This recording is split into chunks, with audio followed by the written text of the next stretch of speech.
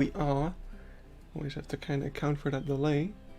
I'm a few minutes early, but I don't know how many people are actually going to show up today. Because I did not have time to announce this stream. Basically, I wanted to... Hello. I wanted to schedule the stream earlier this morning. And like around 11 a.m. I got out of bed. I kind of had a late night yesterday. But yeah, at 11 a.m. I wanted to get out of bed and set up the stream to start at 1 p.m. But I had a really hectic morning. I ended up helping someone with their Planet Zoo project and doing some stuff with my roommate. And I just didn't have time to schedule a stream. So I was like, fuck it. I'll just go live and we'll see. So here we are. Welcome, everyone. Looks like there's only one person at the moment, but that's totally fine. Excuse me. There might be a person or two that rewatches this because basically I'm going away for like a week and a half-ish in a few days. So I figured I'll just get some streams out while I do, because there's no way I'll be able to get a video out before I leave. So yeah, let's do a little bit of streaming. Yesterday I started to work on this area over here. Hey Tyler, welcome to the stream. So yeah, yesterday I started to work on this area. Basically I took out all of the water and put glass back in so that I can kind of see what I'm doing and edit the terrain around this place. And what I started off was this little side, this riverbank over here. This is kind of the proof of concept using the tree trunk, faux tree branch trunk, aquatic faux rock tree trunk. What a great name for an object. So yeah, just kind of use that in the riverbank. It looks a bit better than what I was initially planning, which was to just use... Did you miss anything? No, not yet. We just started. The initial plan was to use this, which is the faux rock. But yeah, everyone lately has been using the faux branches for this, and it actually looks really, really good. So I figured I would do the same. I kind of have been using these in a couple of other places as well. Hello, Blue Spirit. Welcome to the stream. Especially the... I'm lost. The meerkat habitat. I also used faux branches. And I didn't really take it from what everyone's been doing it. I think it was Mario, bunch of numbers on Ronation, who started to do the faux log piece to make all the mud walls. I kind of took it more from Haribo. Haribo also used faux branches to make like fake mud walls in his reptile house in Missoula Zoo. Hello, Ina Banana and Nix. Welcome to the stream. So yeah, I kind of took it from them, from Haribo and Mario as well in a way. But I'm doing it a little differently. I've just got them placed horizontally instead of vertically, so I can cover a little bit more ground with them. Just, I don't want to use too many pieces for this, because it is going to go around, not the entire riverbank, but basically all of this. Have you decided on a zoo yet? Not really. I don't know if I actually am gonna go this week after all. I'm a little bit crammed for time and stuff to do. And the biggest issue right now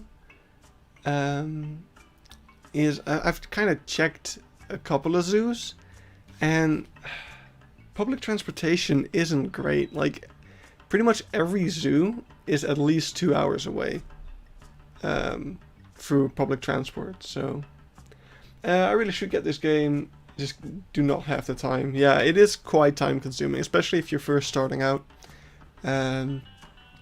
You've got all these great ideas of things you want to build, and then you start building and you're like, I don't know how to do anything.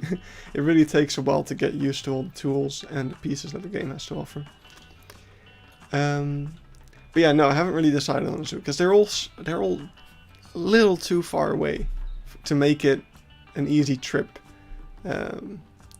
because preferably I would spend the entire day there, but yeah, I would spend at least 4 hours on just travel already, which is a bit of a bummer. But yeah, how far is Renen? I think it's also, I'm gonna check.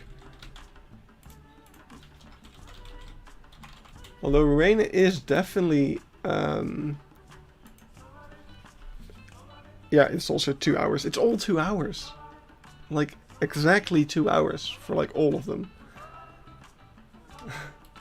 I'm just in the middle of a bunch of zoos. Like, Beekse Bergen is close by. That's like a 1 hour trip. And then you have Nune and Best Zoo. I considered going to Zoo... whatchamacallit? Veldhoven? But I don't know if it would be that good of a video, because they basically only have birds. They've got... Wait, huh? They've got, like, a whole bunch of birds. And then they have lemurs. And I think they have zebra as well. I don't know why they're not listed here. But, yeah. It's pretty much just birds. So, this being a Planet Zoo inspiration series, first and foremost, I don't know how, like, useful it would be to go here. So, because that one is in cycling distance again. I could maybe do the Oliemeulen, which is a reptile house that also has a bunch of things around it. That could be fun. But I don't know if this week is the week to do that, to be honest. So anyway, let's get started on this stuff. So we were going through what I did yesterday. So yeah, working on the riverbanks, putting the logs horizontally, because we're gonna go all the way around here, basically. And this kind of needs it as well still. And pretty much throughout here. Arnhem is pretty far, yeah. It's also, I think that one was also 2 hours, because that's Burgers Zoo, right? But yeah, so the kind of log riverbank needs to go all the way through here, and it's also going to be around a couple of places here. So yeah, don't want to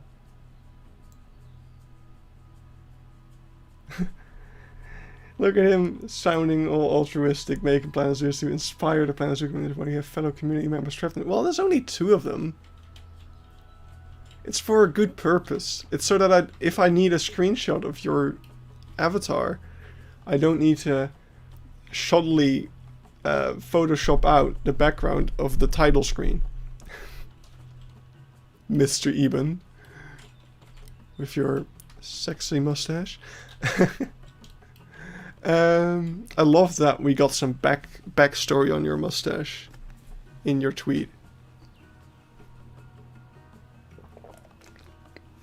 Yeah, I'm a little bit more awake today, Eben. I'm able to come back at you. I'm able to get more snappy. You're just sitting there, got everything planned and stuff like that. On the other hand, I would just go to the game and play something down and say I can. Well, I mean, it's planned because it's a real zoo. We're making a recreation.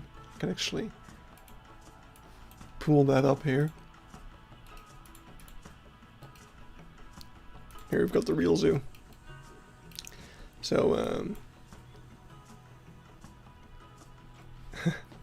oh, he didn't get to write your sentence.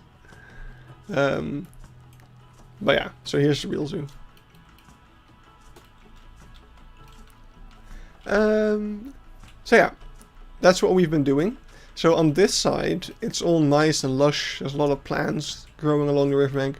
On this side, not so much. Because this is, as you can see from the title, this is the Yak Peninsula. And now, because there's no yaks in game, of course, and I'm kind of avoiding mods for now. We're gonna put mods back in soon, but just not for the time being. Apeldoorn is also one I really want to go to, but yeah, it's even further away. I I wish I had a car, but that's not an investment I can make easily.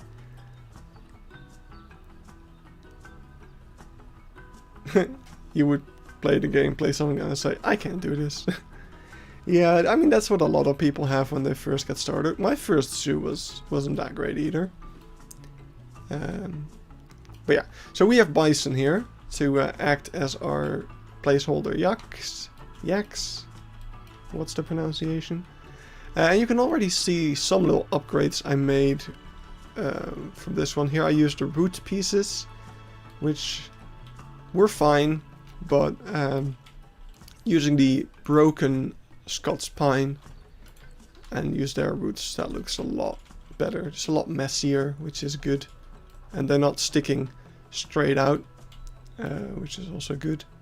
And I did use some root pieces, especially around here, where we really need the roots to kind of grow into this kind of sandy area.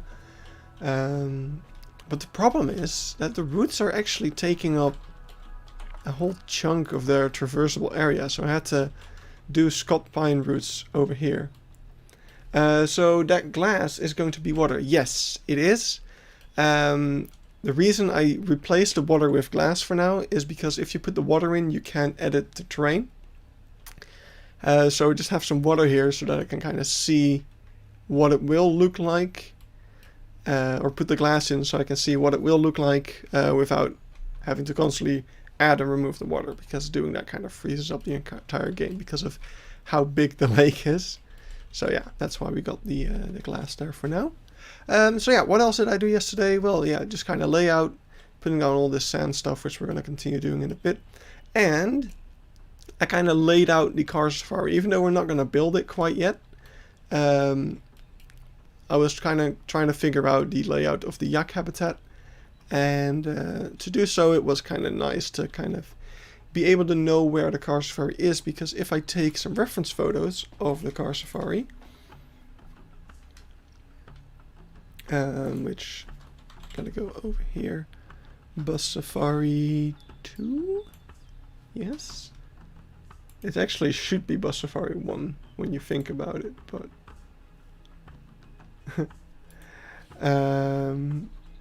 so if we go to, like, I don't know, let's go a bit more up. So what's a good example? Oh, hey, I actually got a whole, I think that's just a bridge. I should actually just go down a bit more. I know that there's a better example out here. So yeah, this rock, for example, is actually not a great example. This one is a good example. So over here, this is something that I couldn't figure out for the longest time. So the entire zoo will fit into the map. I thought you always said you had to cut stuff out. We fixed that. Back when I put the entire reptile house and tiger area in the wrong spot, I rescaled kind of this half of the zoo to make sure that it kind of fit. The map is massive. Yeah, the map is 1 by 1 kilometer, and the real zoo is 1.5 kilometers wide. So I did have to scale it down and kind of make stuff fit. So basically, what I did is when I kind of laid out this area, I essentially just took, like, kind of this part, I think, and I was just like, whoop, and now you fit. I'm on the wrong layer. So you can kind of see this area is supposed to be a circle, but it's more of an oval shape, because I squished it down a little bit. You can fit big zoos, but only if your PC can take it. Yes, exactly. That's how it works. So you can see that the car safari still cuts off a little bit. So I had to kind of cram that in here. So we're gonna have to take some creative liberties over there. But at least the kind of most important parts of the zoo are all inside of the grid. So we've got the bird of prey show over here, and these are all the aviaries of the bird of prey show. So instead of the road being over there, it's going to be kind of over here, and you're going to be a bit closer to the bird of prey show. And the habitat that is over here is just going to be not really there. I mean, it's just a bunch of deer. So yeah, it's not the worst thing. It's the Vietnamese Sika deer and the nilgai that are over there. So unless you're a huge fan of those, I don't think many people will care that much. So yeah, while I was kind of laying everything out, I also decided to just throw some camel in here, because they're there. So now if you're visiting the zoo, you can actually have a look at some of those camel, which is kind of nice. Anyway, I'm a bit... yeah. Let's get started on this stuff. So yesterday, kind of the biggest mystery I had to solve was that I was like, hey, is there anything interesting I can find out about the yak? So I looked it up and found this video. And in this video, this is the wrong video. How did I click the wrong video? I pressed that button, didn't I? Over here, he shows they've got this little holding area where they feed the yak every morning. Now, I had no idea where this was, so it took me a while to figure out. I eventually pinned it down over here, which is not what I expected. What the hell was that at the start of the video? That's just the intro of those videos. They all have it. Yeah. But yeah, I pinned it down over here. I ended up using Google Earth. I guess that's good to show.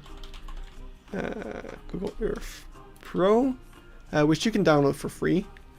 And what I did was... it's pretty useful.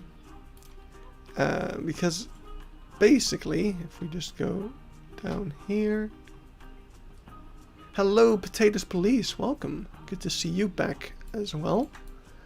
So yeah, if you have the Beekse Bergen over here, we zoom into where kind of that area is. You can actually, now that I know where it is, I can see it over there. But before that, it was just a mystery. Like, all you see is trees, really. But what you can do in Google Earth is actually go back in time. So here we can see 2019.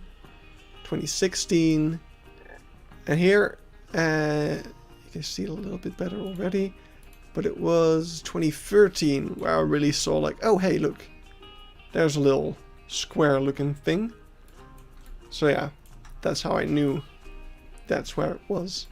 So bam, there we go. So we can actually kind of work on that a little bit, maybe. That'll be fun. How are you? I'm doing pretty good. Still a little bit numb. If you're going back to 2019, warn everyone. Nah, I think I'm just gonna let things play out. Best not create any paradoxes and stuff.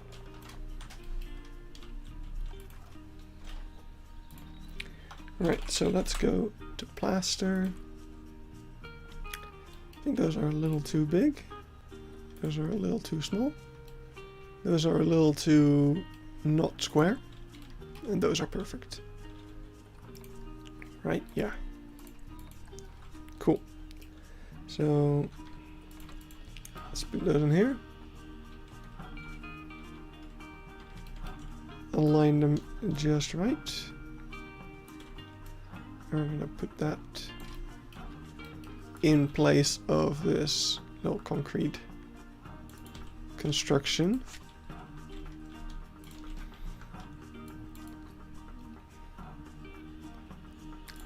So you just gotta do that. You gotta go, that's completely fine as well. Enjoy your week. I know it's Monday, not everyone's favorite. But, I don't know, maybe some of you, do any of you have a holiday yet?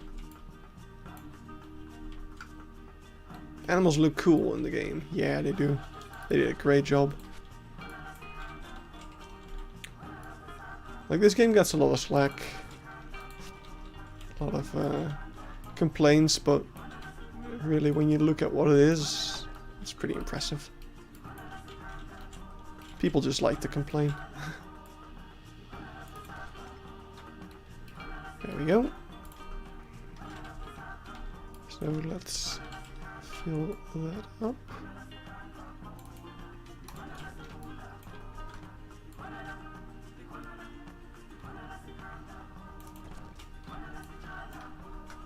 Actually, before we continue, let's kind of do a little bit of recoloring.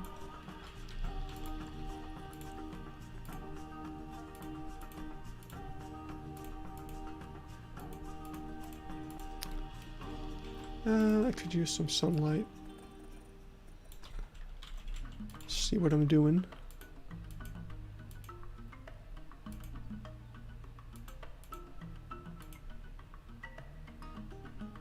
Something like that.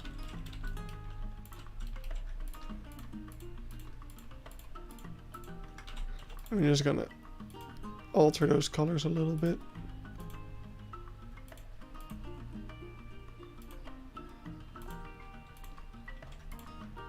Just to have some variation.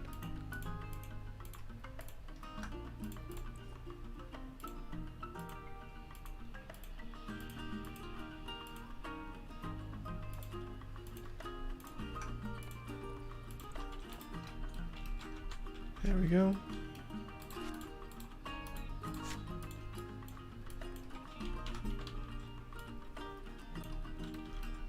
Uh-oh.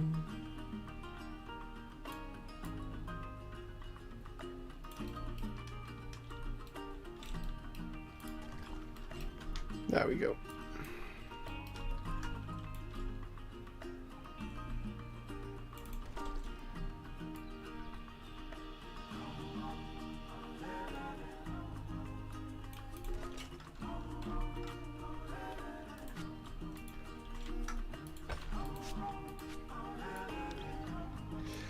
Let's take about 3 layers. That should be fine.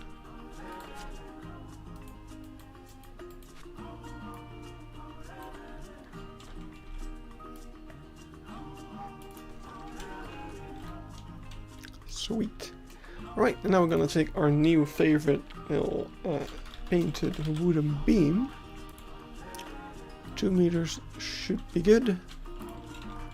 And we gotta make this pretty gross color. There's actually a good chance that they probably replaced these since this video was made, because the video is like 5 years old almost. But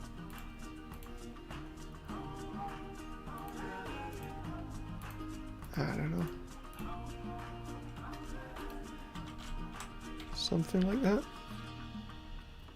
Maybe make this one a bit more like so.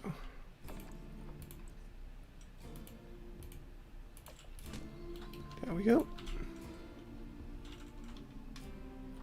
Can actually look a bit more colorful.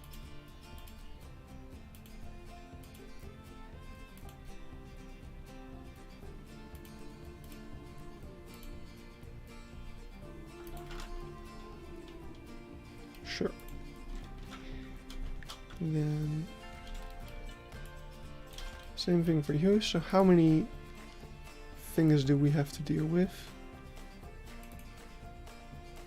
I can't really tell.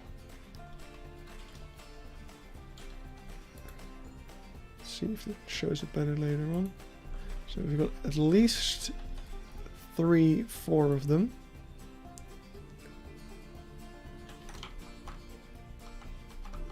Alright, yeah. His head is in the way. Stein Your head is big. I don't mean that in a bad way. Say 1, 2, 3, 4, probably 5, right? I'm gonna say it's 5. Are they in game? No, sadly not. So we have bison. We had to use bison, which is fine. Bison are cool. 1, 2, 3, 4, 5, 6, 7, 8, 9, 10, 11, 12, 15. Divided by 5, that means we need a thing every 3 things. Don't you just love it when it works out? Except that I can't count, apparently. There are no steins in the game. Are you going to use any mods for that? At the moment, there is no Yak mod. So, no. But if someone makes one, then I don't see why not.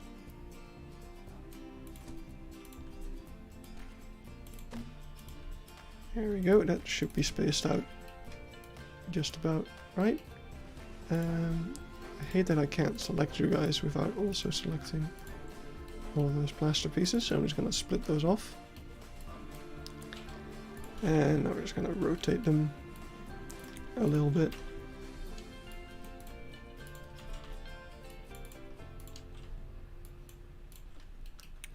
There we go. And we're going to take some rod pieces. Those are probably the best we have.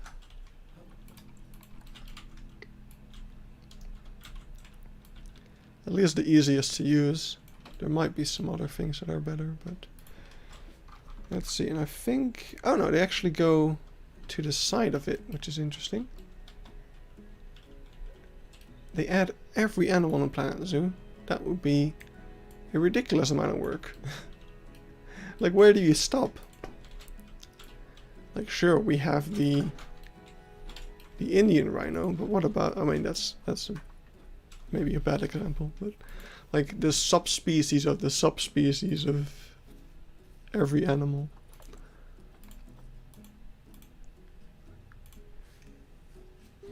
Would be a ridiculous amount of work.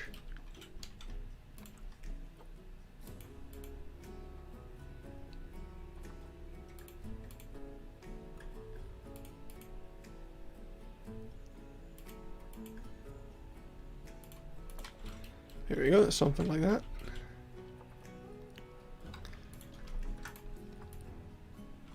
Don't think the rusty ones are a little bit too rusty. So I'm not going to use those. Now what we could maybe use, I don't know if it's too thick. Wait, what are you? Copper. You actually look pretty good, but you have a thick leg, which doesn't work. But yeah, this little thing I got from Eben, he used these in his rhino stall. And they're really useful if you want to have like a little thingy thing that goes around your thingy things.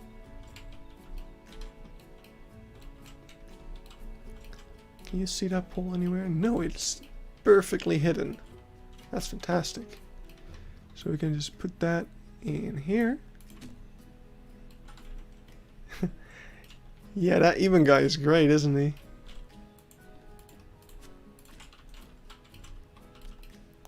Bit of a narcissist sometimes. Wait, is it Eben or Iben? Because, you know, in Kowali, they always say Iben.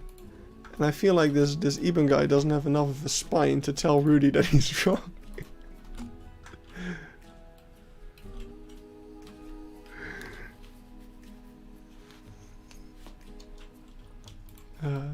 I know exactly, like...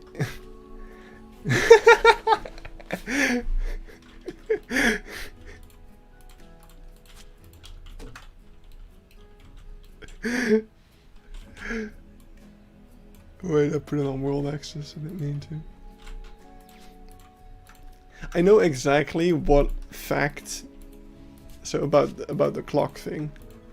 I know exactly, like, nobody had me share my fun 5 facts. so I'm not gonna. Haha. But I know exactly what fact about me you would use to get back at me even.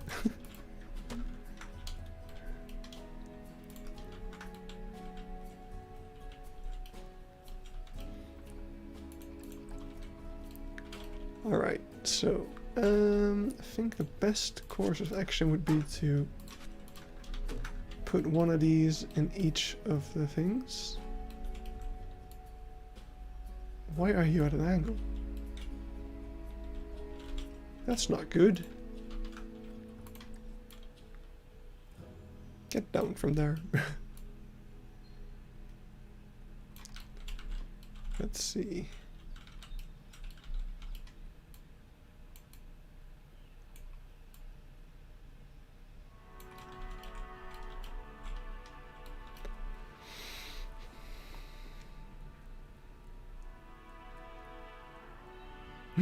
They're spelled the same, but you've told them. I've told him already it's Ivan and not Ivan like 100 times. He keeps forgetting it. It's like the I sound isn't really a German thing, is it?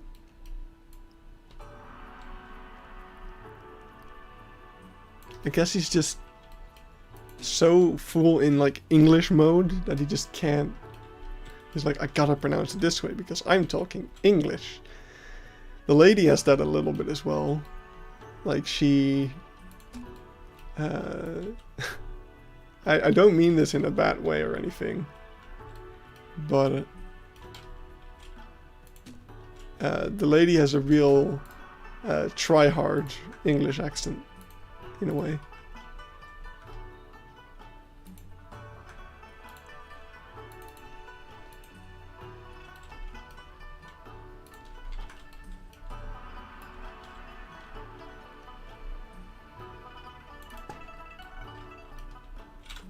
There we go. So now we can just copy that. And let's see, how many do we need? Like 4. There's 4 on that side. It looks like there's 3 on this side, but that... Oh, wait. He zooms. Here's a little fun fact. If you use the period and the comma keys on your keyboard, you can go frame by frame through a YouTube video.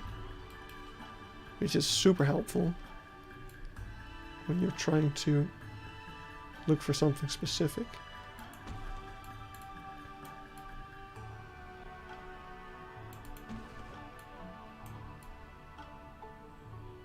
Okay, I put too much space between them.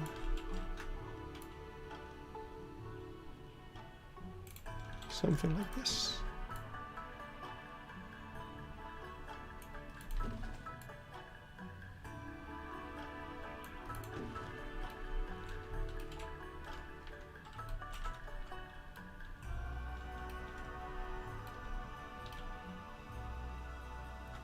I've spaced them out just barely wrong. Like I could tell it was off. Let me actually get something that I can use as a ruler. What about the letter F? No. Letter H. The letter H a good ruler. Hallo, es ein gutes dünnes Google Translate ist eine Sache. I don't know what it means, but I sure said it. I do wish the African beams came with just one more size. Which would be like 8 meter? I have been missing the 8 meter variant a little bit. This is too much space again, isn't it? Yep. These are just a tad bit too thin. Yeah, a little bit, I'll admit. I'll have to agree with you there.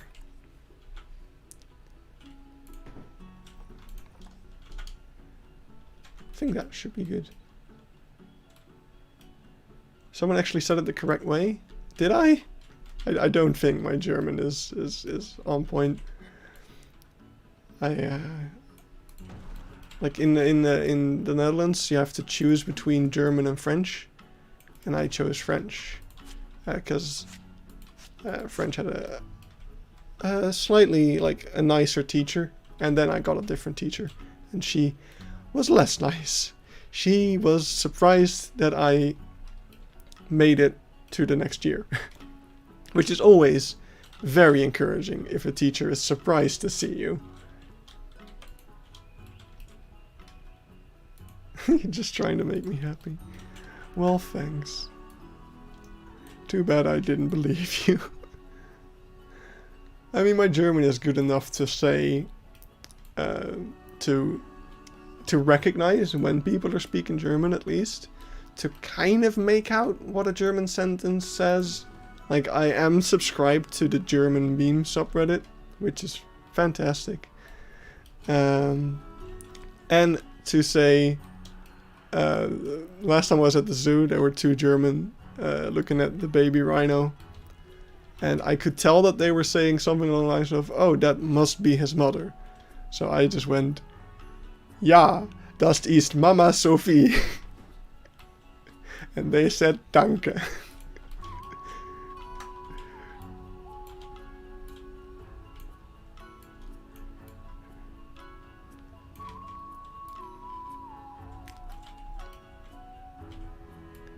Alright, let's put this around about there.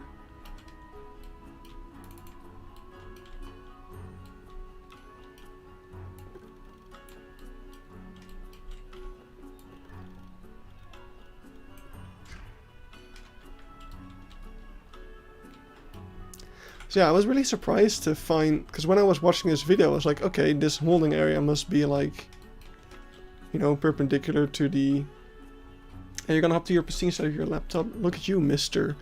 I have a PC and a laptop. I do too. I just never use my laptop.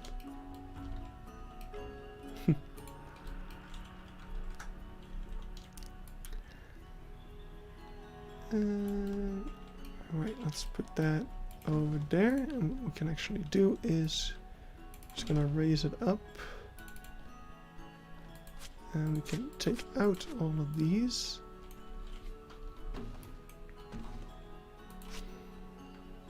I love the fact that Germans are super chill when it comes to speaking German, but you switch to English, they are totally fine. Especially the French. Yeah, the French don't like I feel like it's slowly changing a little bit with like newer generations. Well, we used to go to France really often, my family and I, and yeah, there's just no, like, as a little kid in France, no way of communicating to anyone. It is impossible.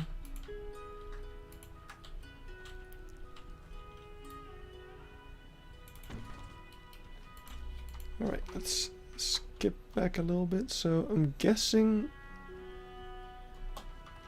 maybe it shows there's a little gate over here. Yeah, okay, right. There's actually separate holding areas within the holding area. So we're gonna take this one again.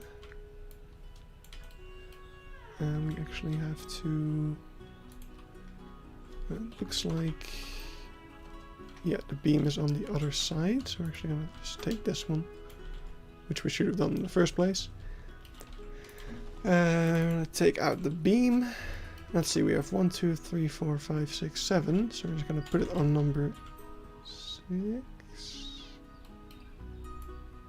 I'm not sure if there's actually 2 holding areas or more. I'm gonna, oh, we do have some beam sticking through. How'd you make those tiles? Is that a new piece? Yes, it's the new plaster bricks. Just to ask, is this sponsored by this zoo? No. It's not sponsored. I started this completely on my own. But I have since gotten a bunch of connections with the zoo, because they were very excited about what I was doing. So yeah, I'm still not sponsored or anything. I'm just gonna do my university graduation project in collaboration with the zoo, which is mainly just something really cool and exciting. That is the Africa DLC, yeah. Look at him.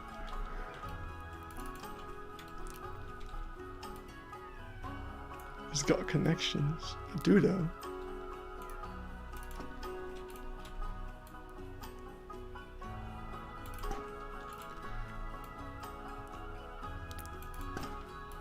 Like last time I was at the zoo, I was talking to one of the volunteers. And I said like, oh man, I would love to look at the inside of the lemur backstage. And he was like, oh, I'm not sure if I'm allowed to show you that. So I'm like, oh, let me just call the manager. not in that way. Not in the Karen way. But in a legit like, oh sure, I can probably get permission if I just call the manager. Too bad he didn't pick up. But he called me back later and he was like, oh sure, we'll make sure that we'll get you in there another day.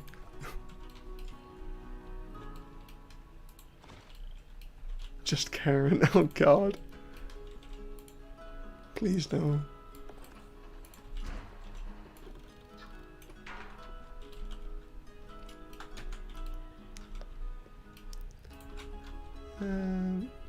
Wait, let's do the same on this side actually.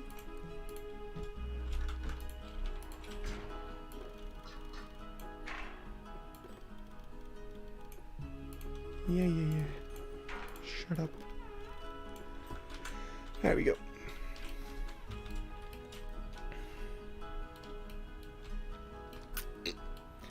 Let me think. So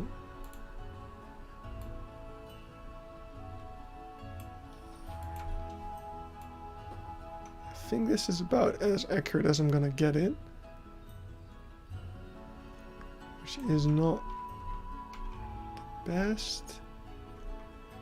Like maybe next time I'm there I can take the car safari again. You can kind of see it from the car safari. Like I had it in a couple of my reference photos.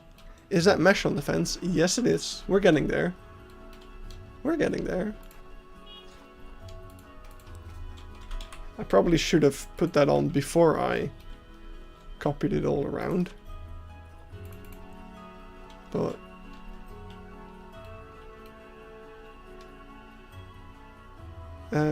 yeah, I know. Right there. It's at the kind of the bottom two things. We're getting there. I should have put that in before I copied it all around, because now we're gonna have to do it several times, but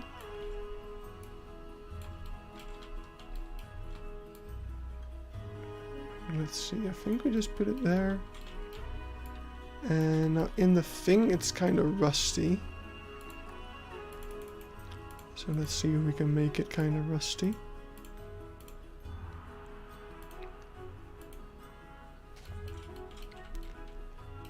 So it's gonna be a feeding platform. Yeah, in real life it is. In the game, I don't think they're actually able to of getting in here. No, it's too. The animals need quite a large gap to fit through, so they can't actually get in here. So this entire area is just for show. It's also not really a public kind of feeding area. This is just where they get their brok, which is just little, I don't know what you call that. Chunks. I'm gonna look it up.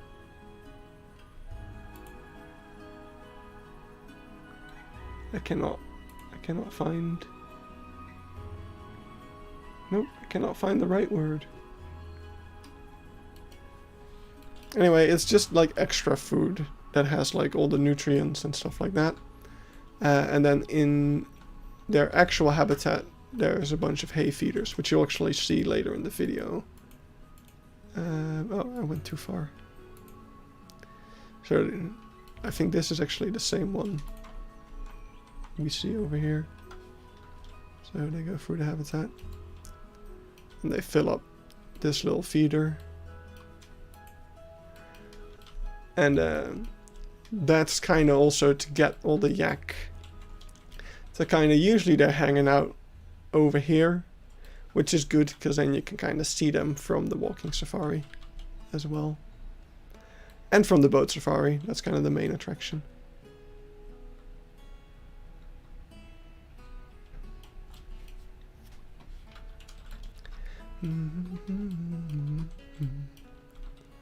So yeah, let's put that mesh in.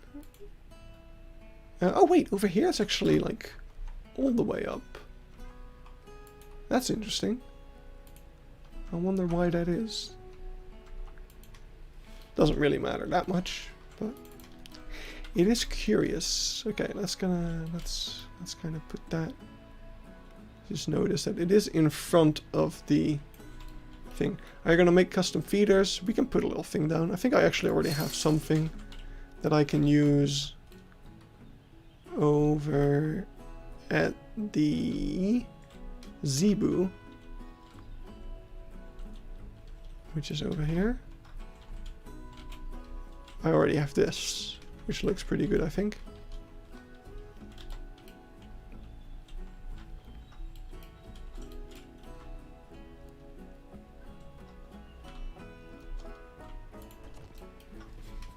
Like that. It's made out of the classic roof trims, which have that nice little thin edge, so you can get that shape right.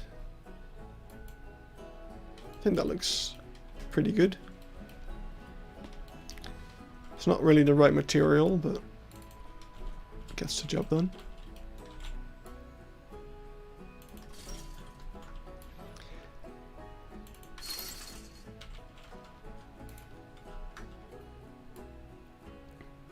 Alright, so I'm just gonna copy this around.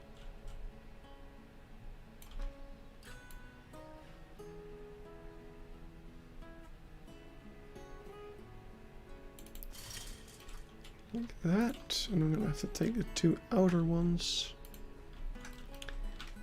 and drop those down to make it square. And now we got a nice little small square mesh. And then, so on this side, for some reason, it goes all the way up. I can actually just copy the entire thing, can't I?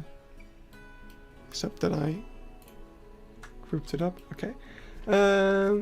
I hate how so many things in Koali are connected. Like, I deleted a single rock, but nope, everything else is gone. Oh yeah, I definitely try not to have that in my zoo.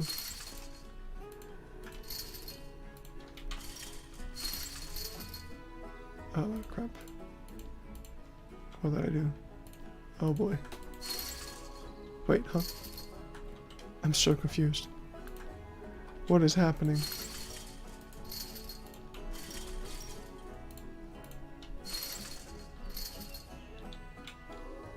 I messed up. I messed up.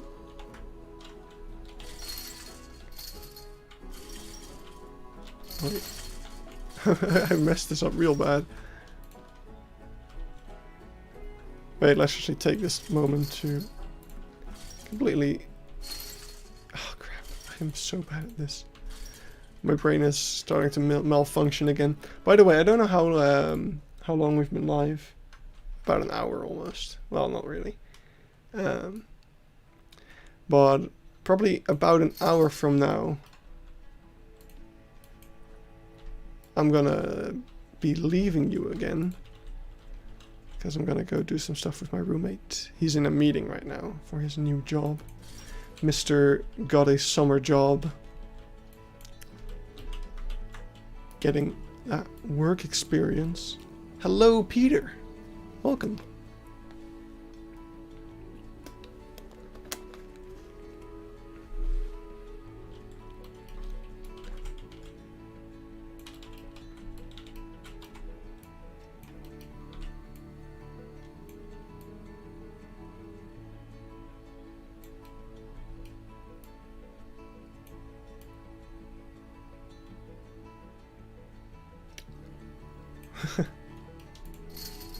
What a capitalist. How dare he want to spend his summer being productive.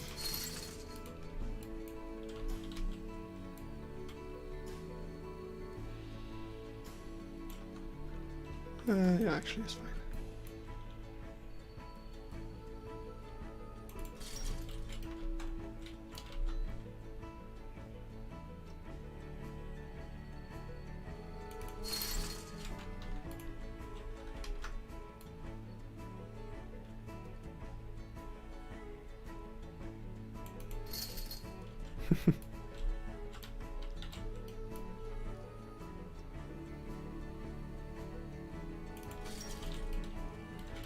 There we go. We're gonna take it again, put it over here. Maybe this one. Okay, so here's a theory, right? It's possibly a weak theory, but it's a theory nonetheless. My theory is that this one is also gonna be high up. Wait, I know how to confirm my theory. My theory has been deconfirmed. So I thought maybe this one's high up because on the other side is a different habitat. So maybe this one would also be high up because this is also a different habitat. But since this isn't high up, which is on this side, I guess there's no reason for this to be. So where you don't have reference, you gotta use your brain. That's how we complete the puzzle.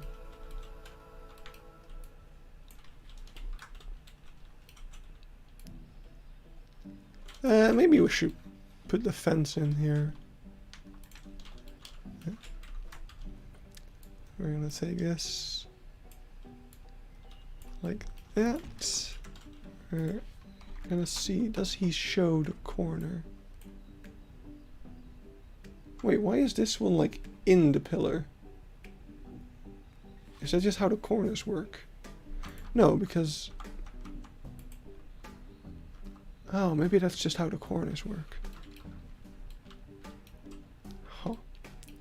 Yeah, it is a good thing I have many references, because I panic. And I know that was an insult. So screw you. But usually without reference I kind of be like, I'm not sure how to do it exactly 100% accurate. I don't know what to do.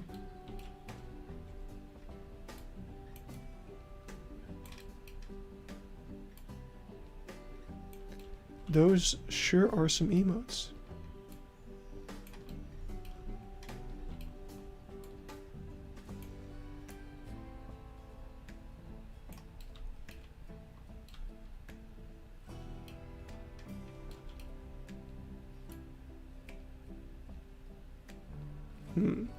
So I probably fix the corners actually. Hello.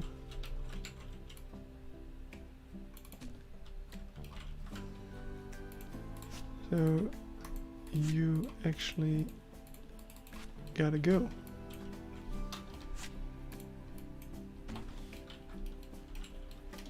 And you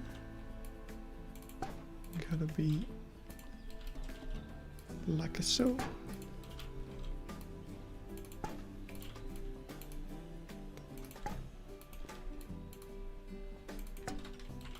Did you find out where this thing is located? Yes, I showed that earlier in the stream. We using Google Earth, I was able to kind of figure out. Do I still have that open?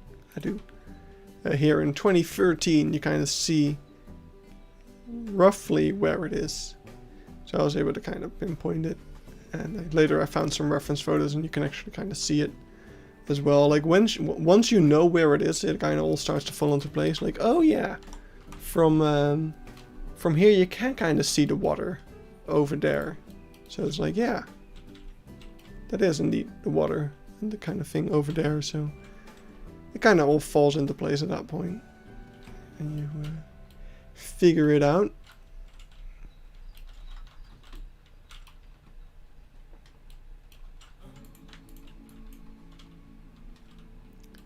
So then it's all good, of course. 1, 2, 3.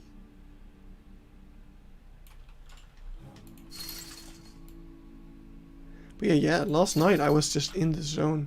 I was just working on all of this stuff, and suddenly it was 3 AM. It's been a while since that has happened. Not the greatest thing, because I had already been going to bed late. And I mean, that probably helps with like not feeling tired, because I had been kind of wrecking my sleeping schedule playing Skyward Sword.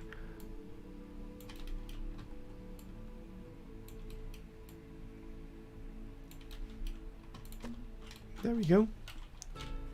So we gotta put that. I guess we gotta do that over here as well. So let's do that. I gotta just move this in a little bit. Like so. It's a weird way to construct a fence if you ask me, but it's all good. I'm no fence expert. So this, I guess, needs to just move to over here about. Now we just move all these things inwards, but we're going to move them back out again.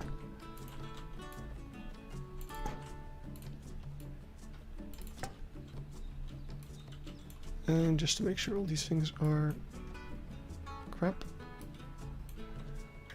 Just to make sure they're all a bit more evenly spaced. That's looking fancy.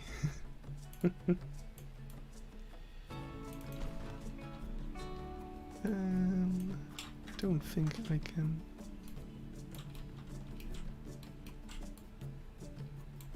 Sure. Bit too far.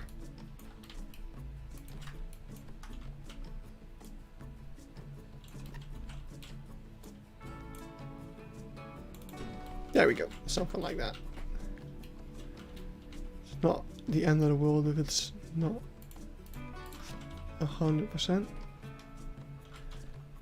And now we're just gonna take that, copy it over.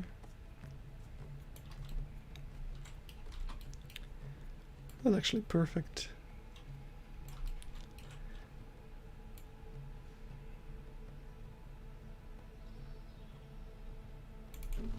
Just put that over there. Get rid of this thing. Same goes for you.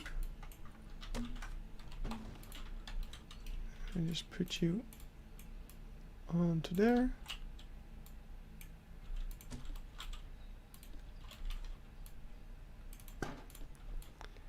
Could be an interesting fence to put on the workshop, perhaps. I'm not sure.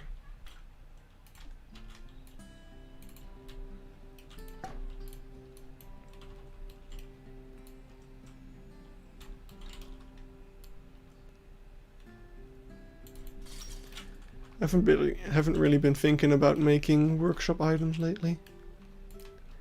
Now there's probably a way for the keepers to get in from this side, right? You'd think so. But they're not really showing any of that. And although it looks, that might actually be, nah. Because I don't really have any reference of this is the problem. Like you can see it from this picture. And this picture. Like you can see it. But that's about it. No real useful information here. The dirty window is not helping in the slightest. That is a great picture. I'm just gonna get rid of that before I gotta sneeze.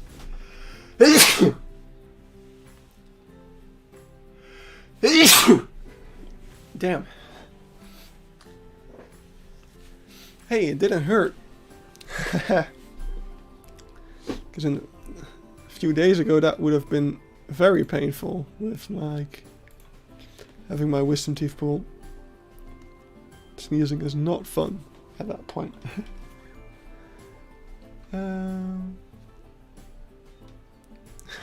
Just when we're sneezing you gotta choke up tough. In the Netherlands we say that if you sneeze 3 times the weather will be nice the next day.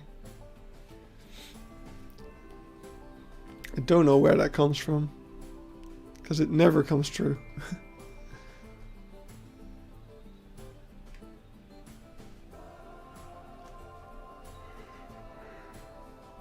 Hmm.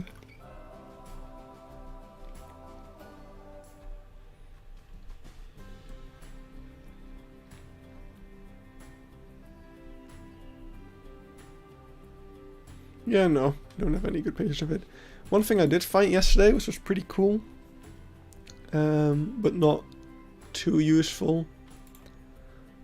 Well, it's gonna be really useful actually. I don't know if I can download it and keep the resolution, but I found this video from DLRP Magic, Theme Park Magic, and it's in 4K. And it shows the entire thing really, really well. So you can actually, yeah, there it is.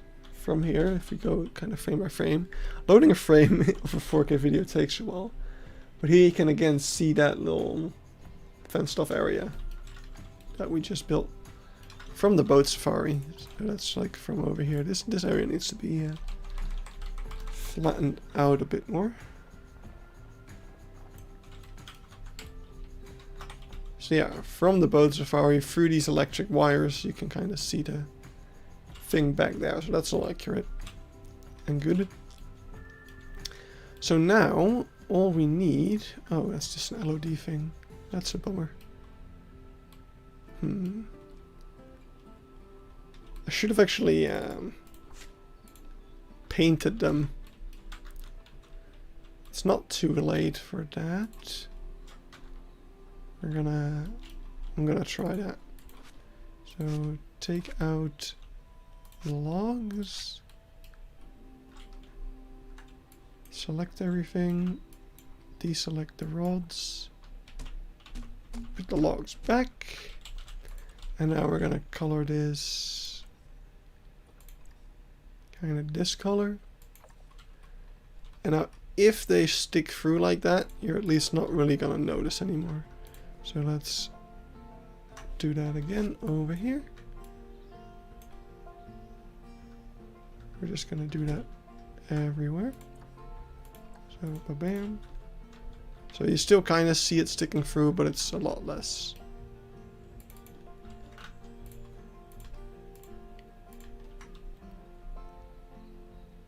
And that's a different group. So delete, select, deselect you, put them back, and recolor.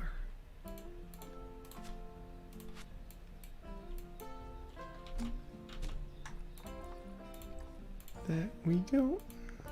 Couple more.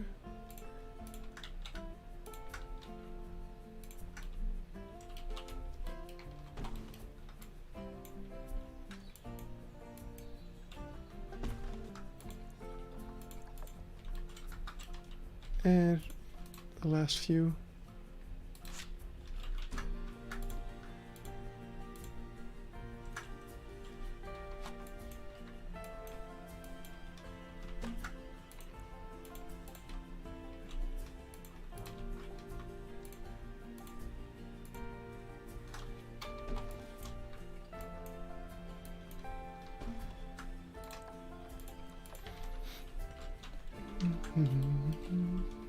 There we go. So now we need those little kind of beam things that go over top. So we're gonna take our metal rods,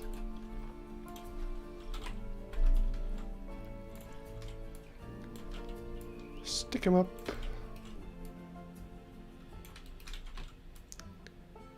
probably around that much. Okay, apparently that's not straight. That's fine. Don't really care.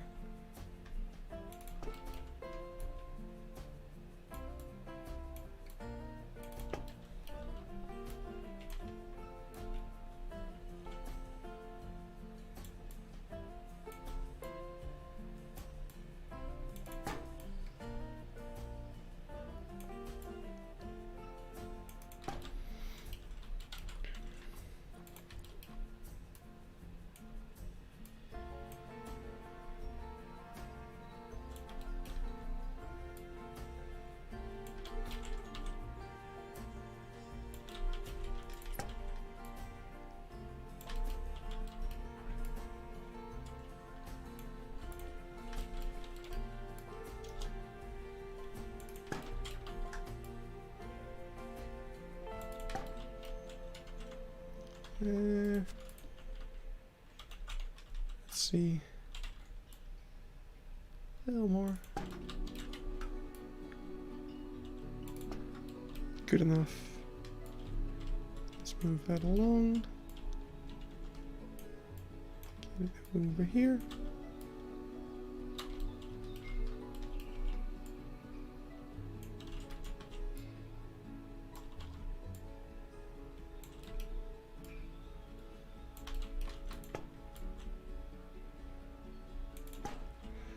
Do you have any plans for when you hit 1,000 subs? Yeah, of course. At the very least, like if we get, I don't know exactly how it works, but if we get those like community membership things unlocked, I definitely want to set that up. You know how for 750 subs. Oh wait, I've got a message. We're actually gonna be streaming for a little while longer than I intended, because I'm not gonna do anything with my roommate this afternoon. He's got other plans. So, yay! That's all good. But yeah, when we hit 750 subs, I'm gonna open up the Discord server. Which I showed in the last stream as well. Don't really have... oops. It's not got much yet. I want to see if I can maybe do something interesting with it still. Get some interesting channels, but we got emotes at least. So those emotes will also be available for like YouTube members and stuff like that. I think that's how it works.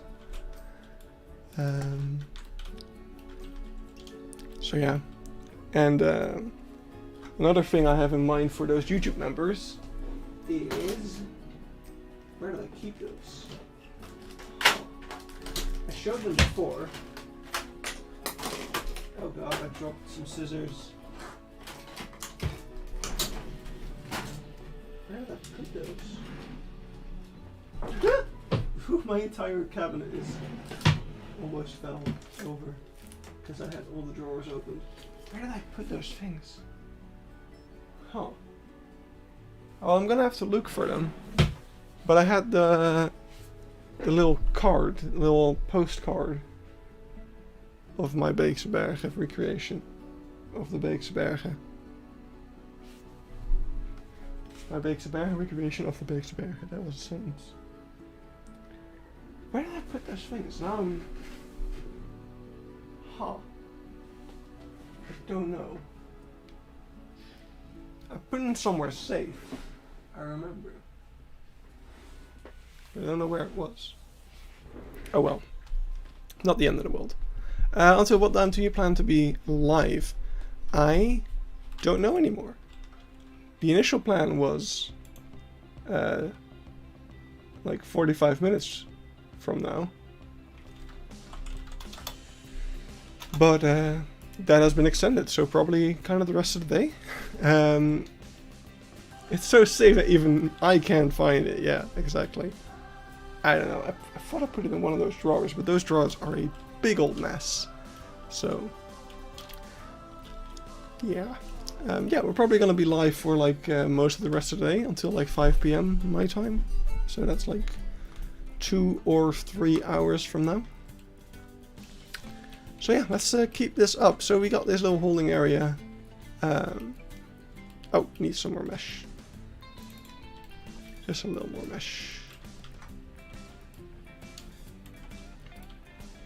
Actually, let's keep that a separate group. Oh, apparently everybody messed it up. Oh yeah, that's what we were talking about earlier.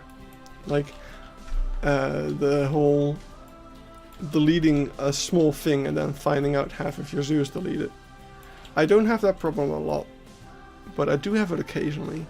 It is the main reason why I don't group up my plants at all. Because I often fear the only group of plants in the zoo is next to the plastic pieces. The new mesh pieces are the best piece ever. Yeah, they're very, very good. The only grouped up plants are all of these, which is literally called temp foliage. Like, the idea of this is that it's going to be replaced in the future.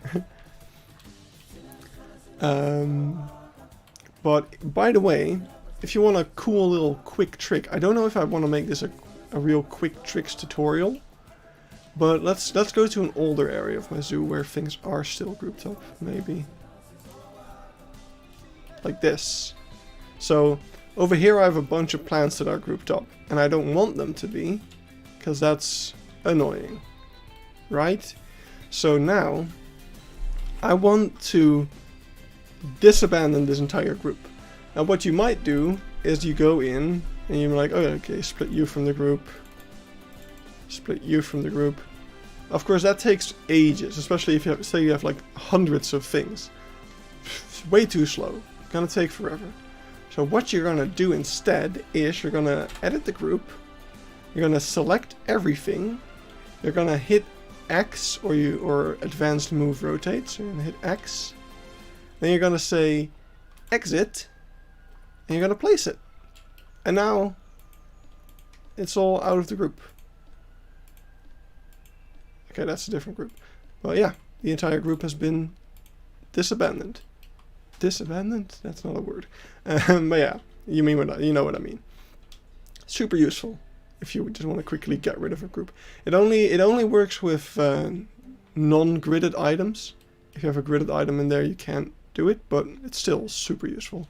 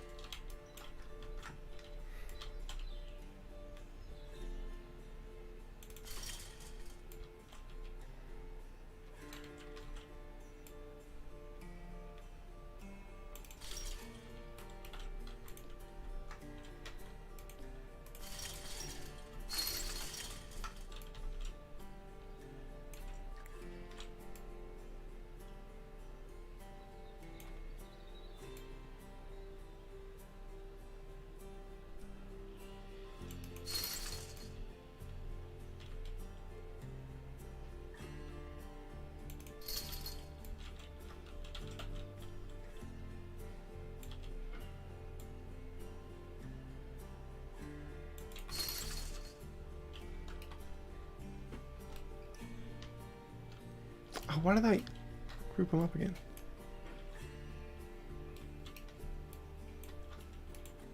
Don't be a group.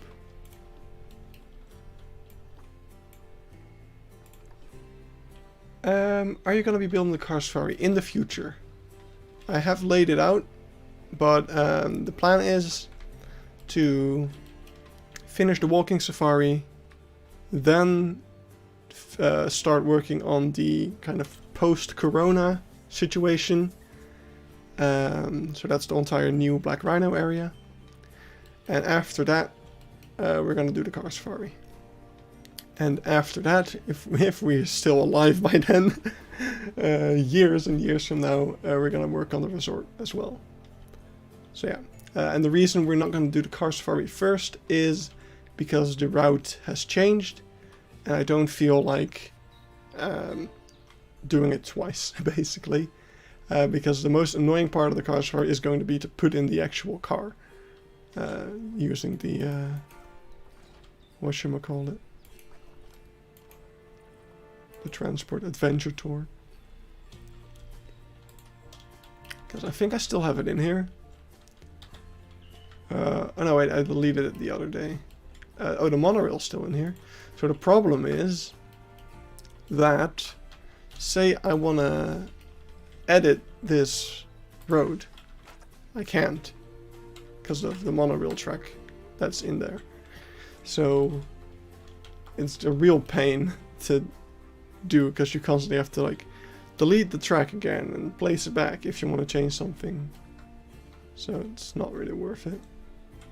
You gotta do it last, basically. So we are.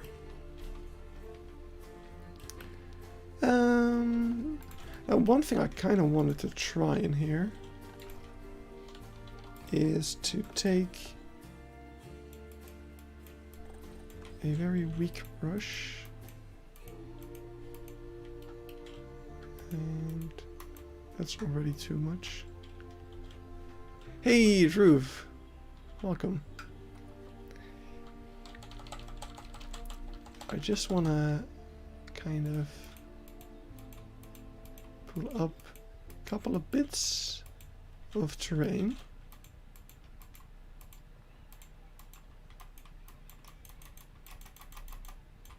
Alright, now we're next to the path. Let's actually break that up real quick.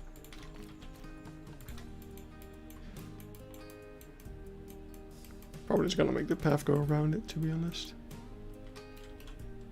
Alright, that's good enough. Yeah, let's make the path just go over here for a sec. Don't really care, the path is temporary. Even though it's in the right spot. We're probably gonna have to do some terrain editing and stuff around here anyway. So yeah, now we've got some bits of terrain sticking through. We can either paint it. Let's put this back at like 40. Either paint that to be pieces of dirt, or, and this is what I kind of intended, if you look over here, there's like a lot of like pine needles and stuff like that on the ground. So what we could do instead is actually put on pieces of this path.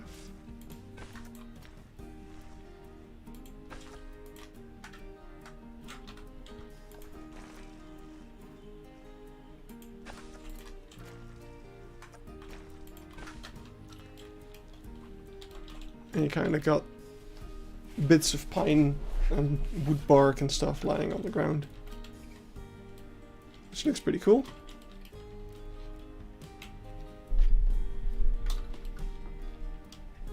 Alright, so I think... oh wait, we need some gates. Now what do they look like? We can't really tell.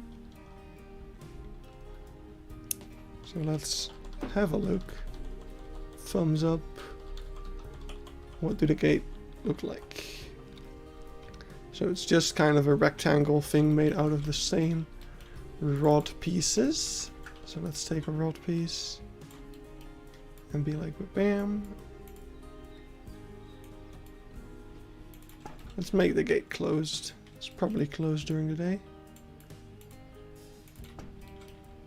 And we'll take 1 meter.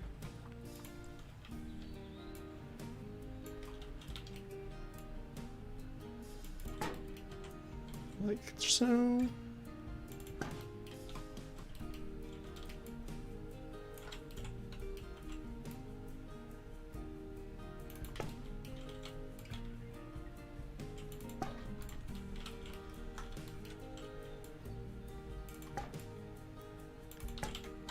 Like that.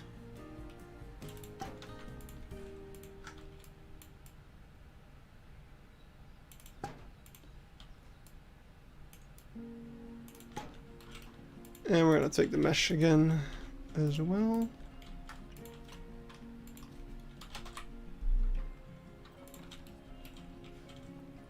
Can probably get away with this one. Of course, you always want to use. No, wait, we can't get away with that one. Of course, you want to use the littlest amount of pieces possible, but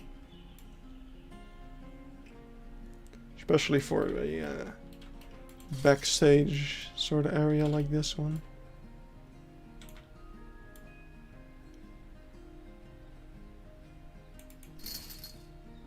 But sometimes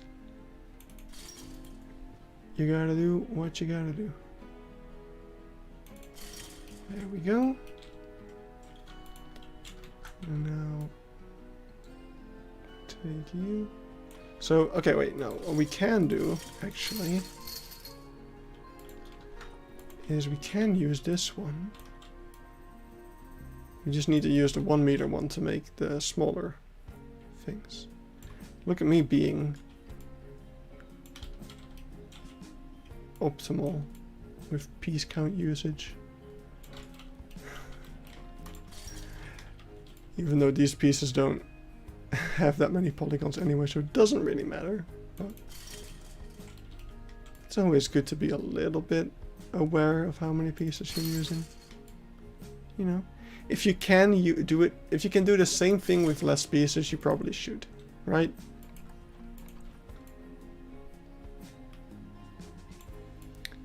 That's just smart thinking.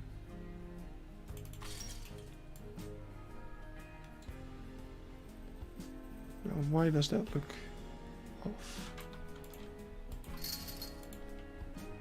Okay, I feel like it doesn't work as well as I'd hoped, so we are going to go back to this after all.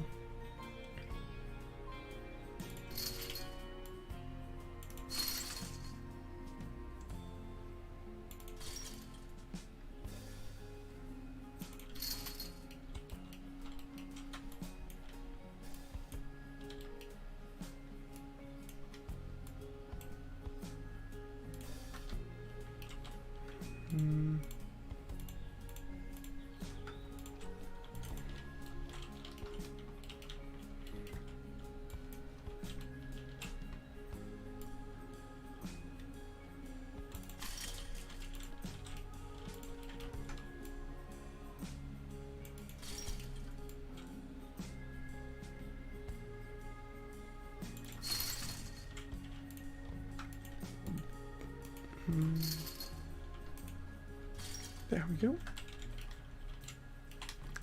Just need to get that down to the bottom. Whoopam. Now we can group it back up with its buddy. Oh really? I didn't separate that? That's stupid. Oh, that's really stupid. Gotta select them one by one.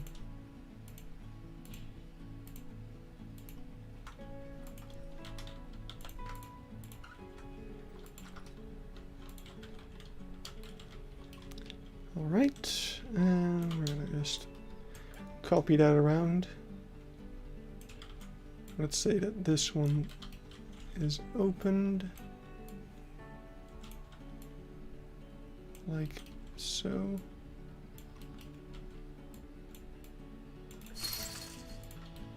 And this one is gonna be closed.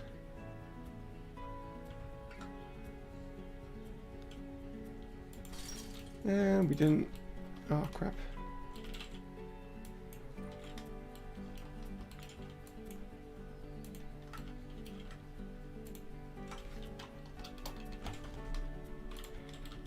We goofed this one up a little bit because we want this to be over there.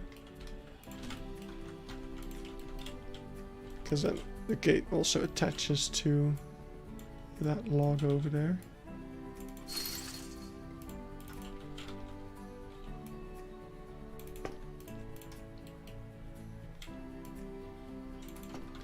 There we go. That is the little holding area. Cool.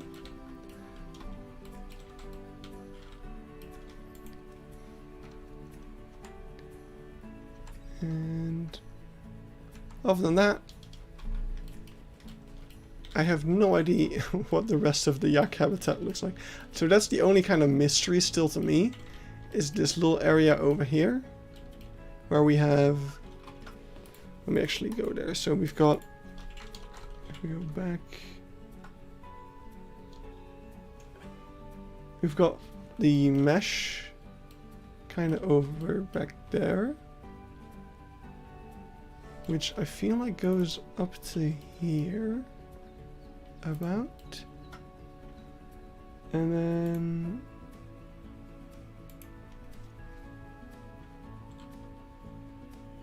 one second, I'm being asked what I want for dinner.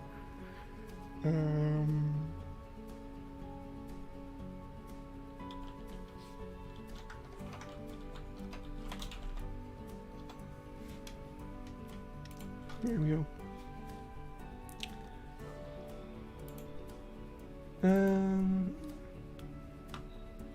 Yeah, right, let's look over here real quick.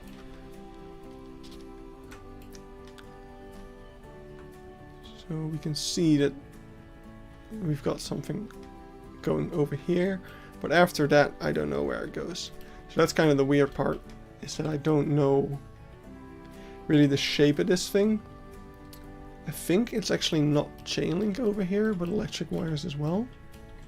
So I think it's just this mesh going all the way. Wait, how do I?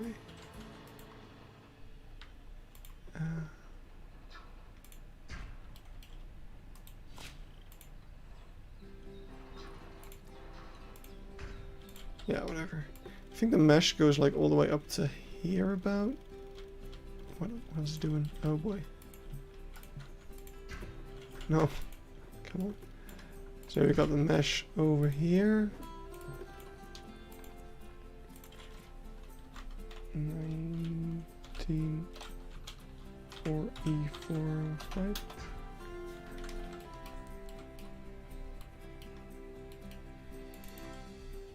Why did I make that a null fence? That's weird.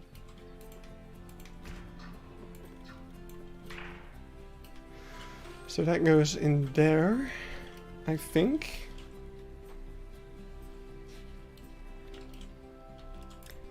And then this is a weird spot. Anyway, then this is all an electric fence. And yeah, from what I can tell of this video,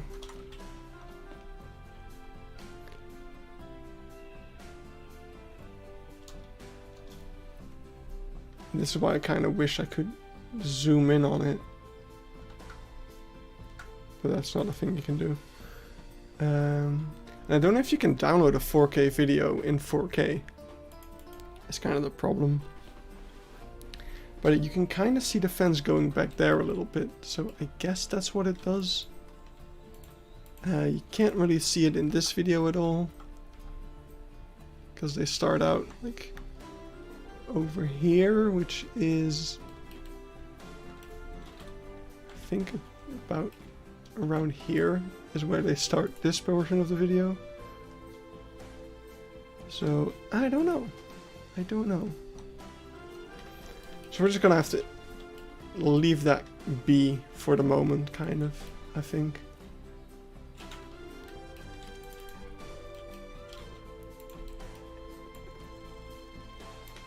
So these kind of have to stick out just above the water, like you can see over there. Oops, I don't know what I just did. It's just barriers being finicky. So let's actually go ahead and select all these. Put them down. And it's not until this one that they start going up a bit again. Hello? Can I select that? That would be nice.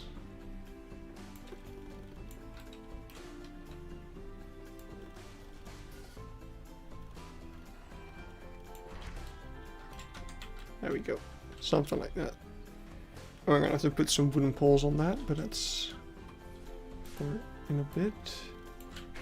Damn it, that's the wrong one again.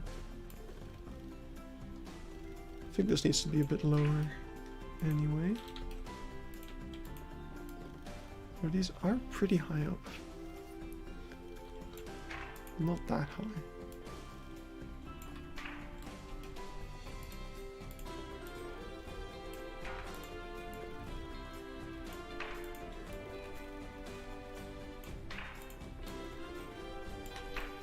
I think it's something like this.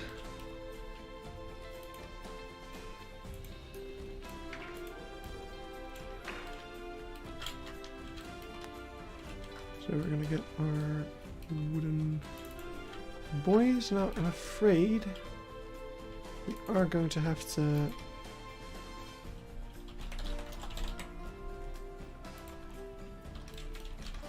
make these null fences or null posts. So probably, yeah, they're not. They don't seem to be sticking through at all. So that's actually good. Okay, fine. So let's switch the color up a bit. This to be a very light sort of wood.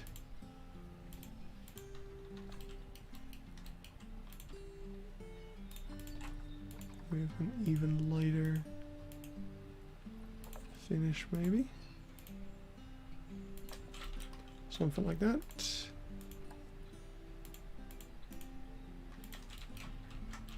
There we go. Let's put that around.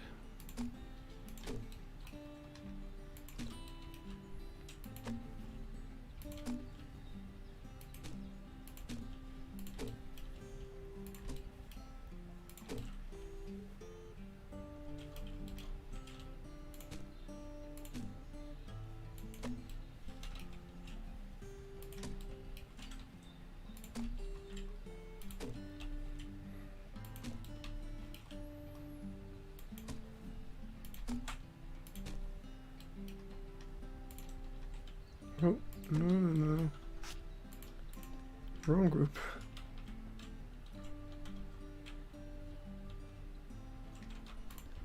Oh, you're telling me...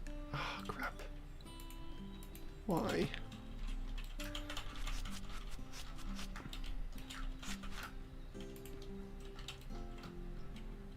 Why are they all rotated?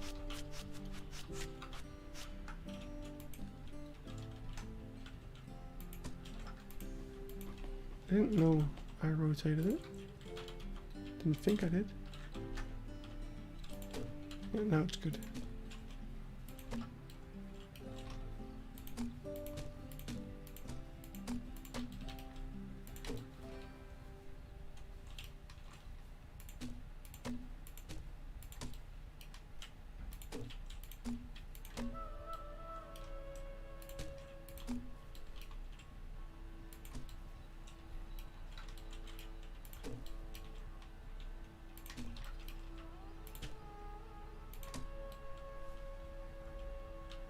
Alright, let's ignore the rest for now. This is good enough.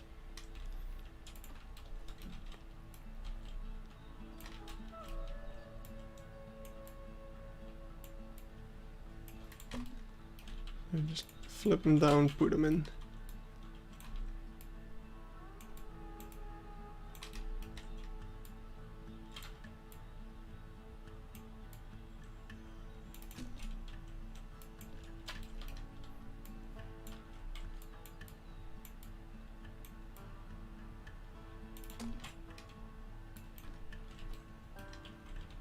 I'm not sure if this is actually an electric fence in real life or if it's just a wire fence. But aesthetically, it doesn't make that much a difference because there's no other real easy way to make a wire fence like this in this game. I don't think it's an electric fence because some of the animals just kind of climb through it pretty often, which they probably wouldn't do at the risk of getting a shock.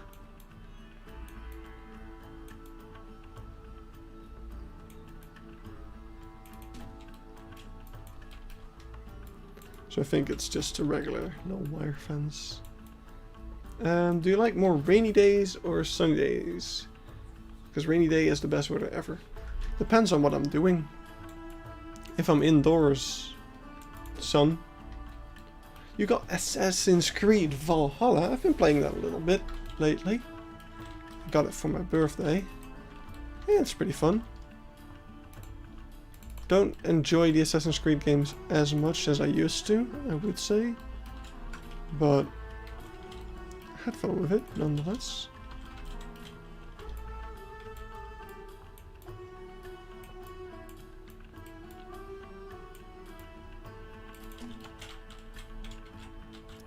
Haven't beaten it yet, but right now I'm playing Skyward Sword. So I might get back to it. Also want to play Horizon Zero Dawn at some point still. Because I've had that game for ages and I just never got around to playing it. Oh, you had to buy it after you finished Vikings on Netflix. Seems appropriate.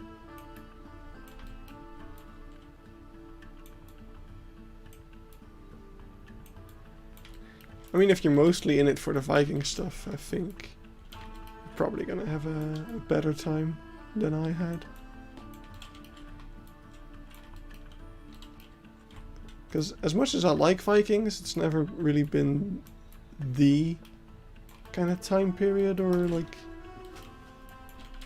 group of people I've been most interested in. Not sure if I have a favorite time period or anything like that, but... Oh, you did play some other of the Assassin's Creed games.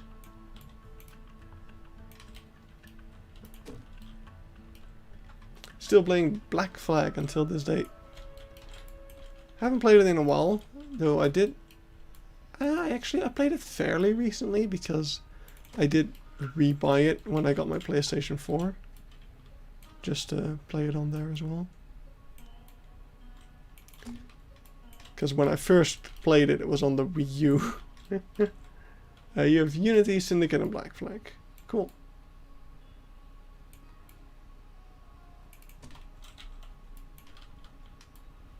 These are all pretty good. Unity got a lot of criticism, but mainly because of how buggy it was, I feel. Like the game underneath was pretty good. I had my complaints with it, but yeah, it depends, because if it rained outside, you like to be inside, and that's a good mood. Exactly that. If you're inside watching a movie on the couch and it starts raining, it can be very peaceful and calming. But you know, if you just had a fun day of outdoor activities planned, then rain can be a really big mood kill. It can also be fun to be outside in the rain, though. So, I remember one time, my girlfriend and I, we were just kind of getting to know each other. We were spending a week house sitting on my sister's house and cats, and we were going to the movies, to the cinema, to see Spider-Man Far From Home. And the moment we got outside to start cycling to the cinema, it started pouring. Like, I mean pouring. It was like no end to it. Like 5 minutes outside and you're soaked. That's how much it was raining. And we were just, I mean, we had to go because we'd already bought the tickets and stuff. So we just started cycling and we just enjoyed it. We were laughing our asses off because it was like, what are the odds that the moment we go outside, just the entire sky breaks loose? And we were so soaked, eating our popcorn as if we had just gotten out of the shower. And it was just a good time. A really good memory.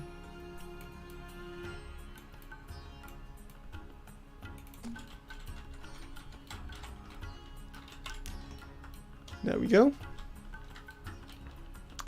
We're actually gonna have to edit this a little bit because it looks like there is some kind of terrain variation going on over there. Also looks like, yeah, I think this has to move. Yesterday in Croatia it was raining a lot, and I mean a lot. It caused floods. Yeah, we had that as well in here. I guess it just kind of moved downwards through, like, started here in the south of the Netherlands and Germany. And I guess it moved down to you.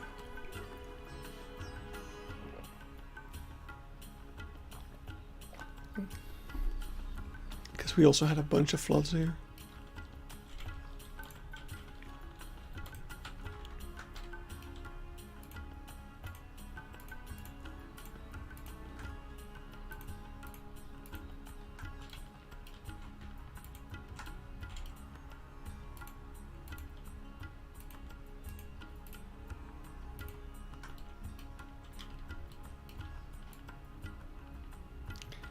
Alright, so we're gonna put this kind of over hereabouts.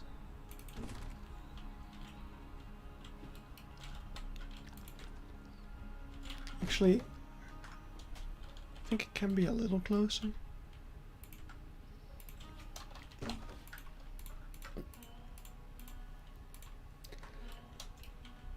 Yeah, in Germany it was especially bad.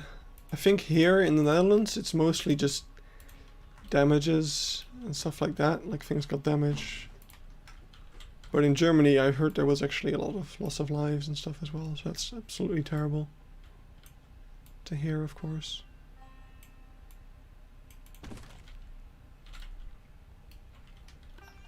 Climate change, we gotta do something about it. But what? You know, as a single person, you just feel so powerless facing stuff like that.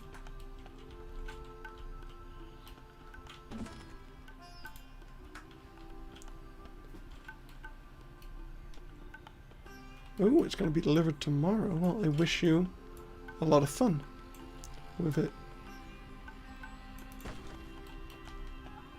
Right, just going to put that over there.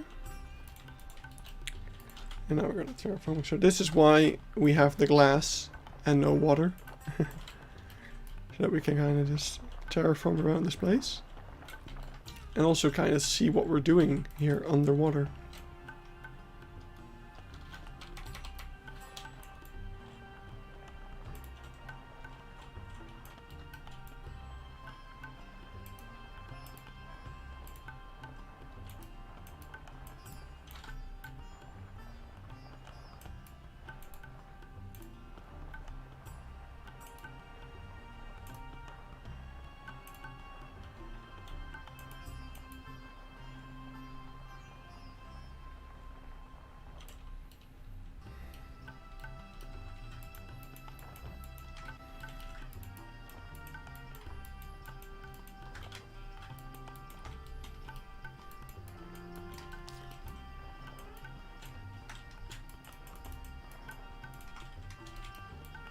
There we go. Did you guys know that if you hold control while you have the push or pull tool selected, it inverts the effect? So normally you would be pushing, but if you hit control, you're pulling. It's pretty useful. I think it's one of the loading screen tips. When I read that, I was like, oh, that's actually really useful. Saves you a lot of time switching between tools.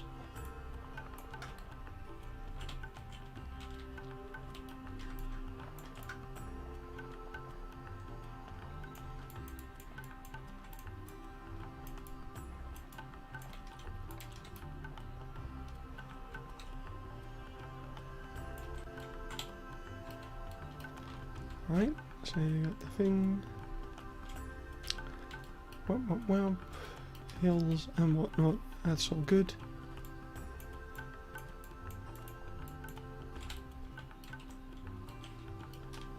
Perfect. Alright, so that part is about done, I would say. But this part kind of needs to be just flattened out a bunch.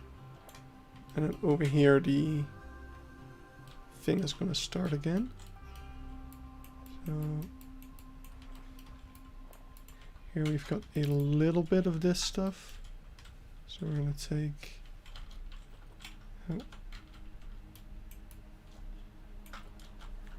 Oh, come on.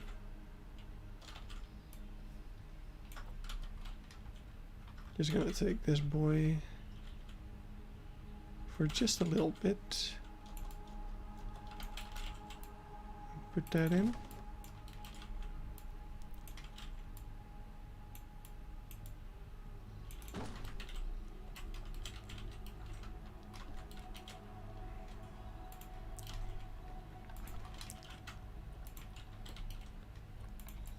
But the rest of this is just gonna be flattened out a bit, or a bunch even. Because over here it's just kind of going into the water quite steadily. Wish we got a bunch of smaller plants. Yeah. I mean, you got a couple nowadays, but it's still quite difficult. For gardens, it's a lot more doable because you can hide stuff on the ground. But for putting stuff in plant pots, it's quite hard.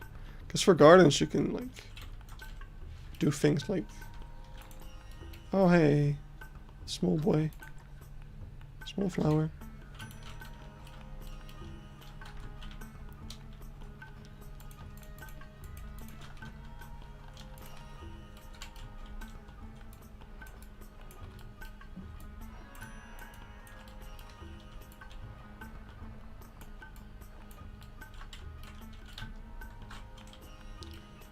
Right.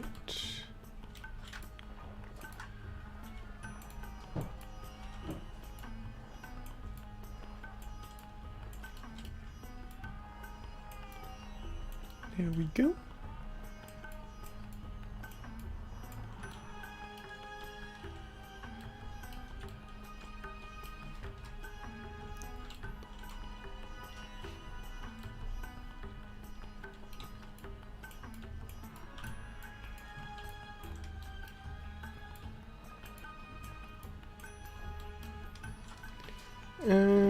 Actually just gonna go and reverse this a bunch,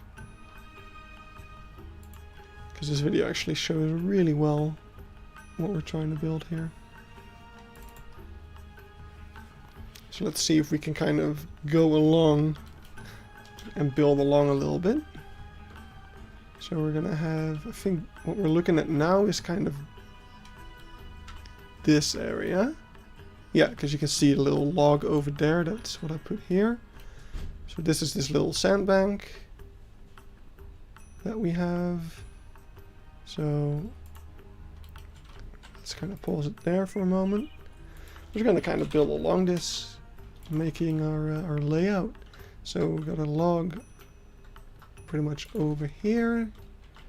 There's another log kind of falling through over here. And what's pretty cool about this, from as far as I know, I don't know how the rules of that are, or what the rules of that are exactly, but I cannot understand that the zoo is very massive and has a lot of pieces and you have a very good FPS. I don't know. I have a pretty good computer. So I mean that's most of the mystery there solved, I guess. And this game is really well optimized as well. And I don't know, I'm trying to be a little bit cautious about piece use here and there. You know, don't go too extreme. Use walls and stuff like that where I can, and like avoid going too insane. That looks so cool.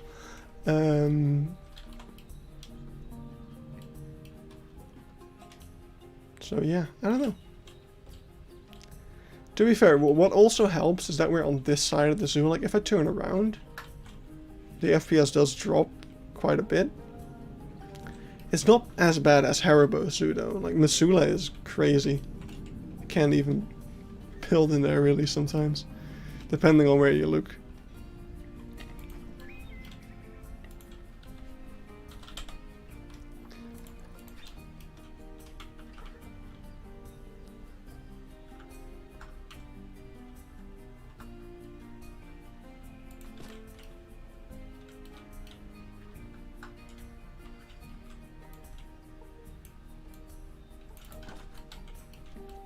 But yeah, as I was saying, as far as I know, this area, the kind of riverbanks, same goes for like over here. This is all a protected nature reserve in a way, because of the birds that kind of make their nests in these riverbanks. So that's pretty cool. And I think that kind of means that they can't really chop down any of these trees and things like that, but they have to, right? Because these are chopped down. So that's what I don't fully get. I thought that, like, if a tree falls down, they can't touch it and stuff like that, because that's what I've been told. But they clearly are touching trees and chopping things down. Maybe there's exceptions, like if it's a threat for the animals or stuff like that. They can intervene. Right, so over here, you can see that we're kind of on the downwards curve already. So we've got that right. We're gonna put in... I wish that more pieces in the game were recolorable, yeah. Who doesn't?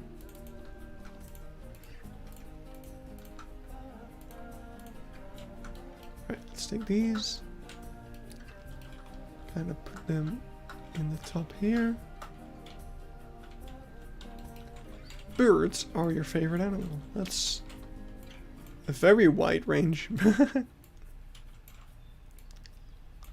lot of different birds.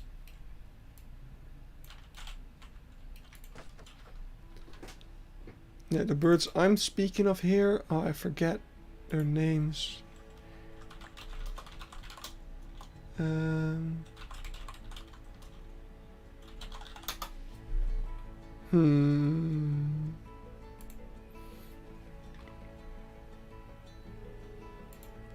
It's in here. Yeah, here it talks about, so many riverbanks in the Netherlands are like diagonal to prevent them from eroding. But it's the straight vertical riverbanks that are the perfect breeding grounds for this bird.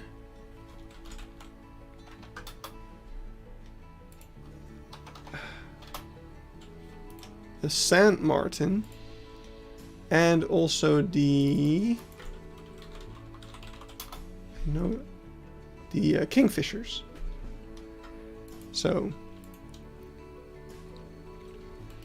because a lot of the riverbanks in the Netherlands are diagonal and they can't nest in there, when the Beekse Bergen build this water area over here, suddenly a lot of these birds started to appear in here.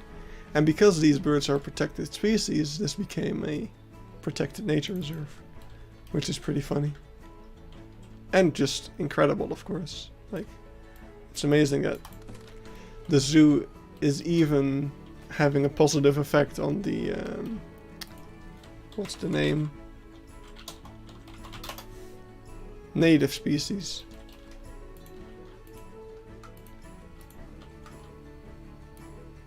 Not just the animals in the zoo, but also the native species. Which is really cool. I messed up. Putting down these things the way I did. I think I got them. Definitely did not. Take that, wildlife protesters. Yeah.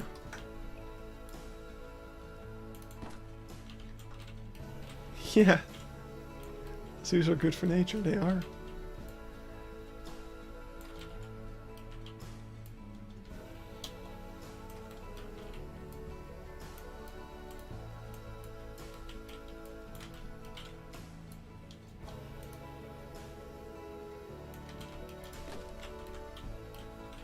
Because they care about those birds as well. It's not just like, oh, damn, these stupid birds showed up on our zoo. Ah, that sucks. No, like when I was talking, or when I was at the ranger, the education office, the employees there were actually talking about how they were seeing, there was a bird who made its nest like around here, so it kept flying off because of the visitors. So they were talking about, like, they had genuine concern that the eggs weren't going to hatch because of the bird flying away all the time, and what they could do about it. So this is really cool to see. So over here, the kind of color of the riverbank changes to this more reddish, greenish color. So I'm not sure what I'm going to do about that.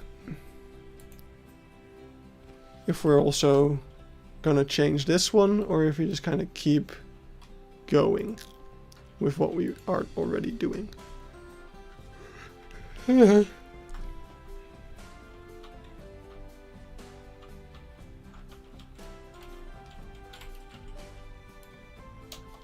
See what that would look like if you were to switch things up a little.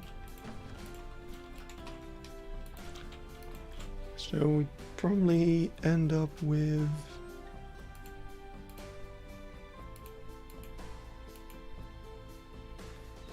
this sort of color, as well as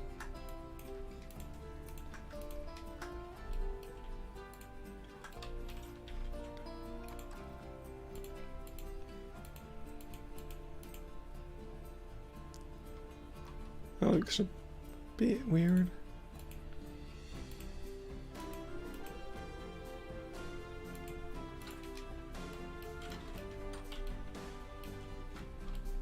I mean, I guess that looks kind of cool to have that variation in there. This one can just go. So I think we'll keep that going for the rest of the riverbank. Don't think it needs to be over here already though. Let's put it like over there. I'm gonna keep this going a little longer.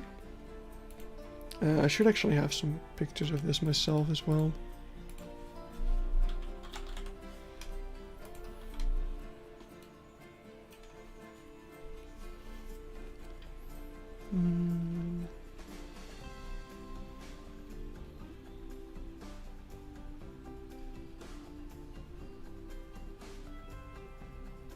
Only problem is these pictures were taken in the winter, making them a little less useful. But just look at that.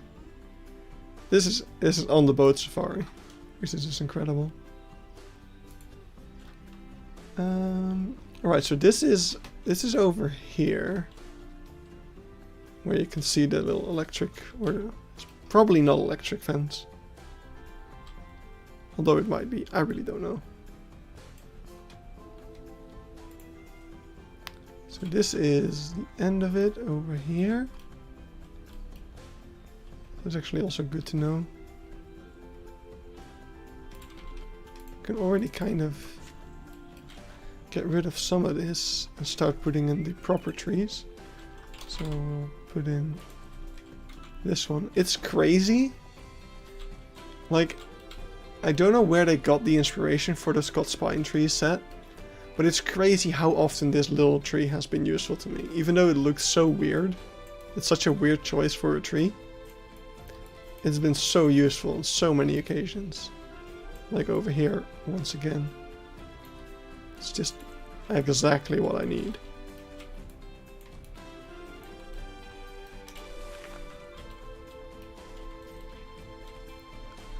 Alright, so I'm gonna take just a part of it, to be honest.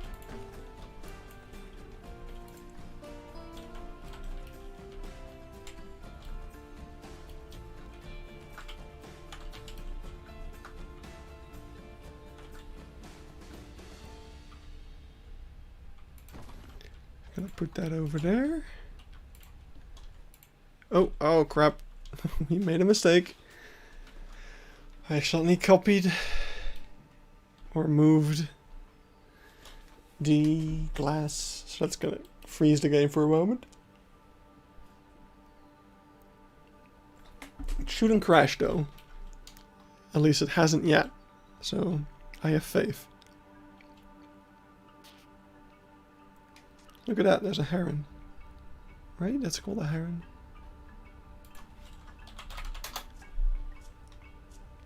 Yes. Damn. Yeah, my English bird name knowledge is up to date. I know what a heron is.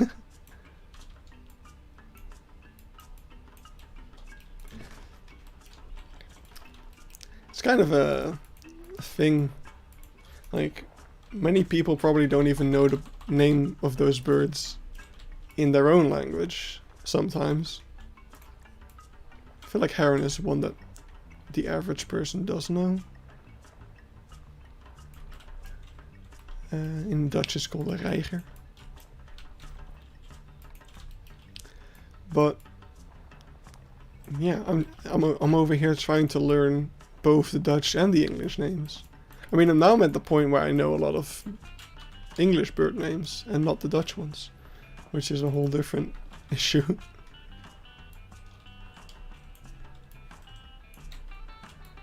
But yeah, I've been looking them up and using them for videos and stuff, so.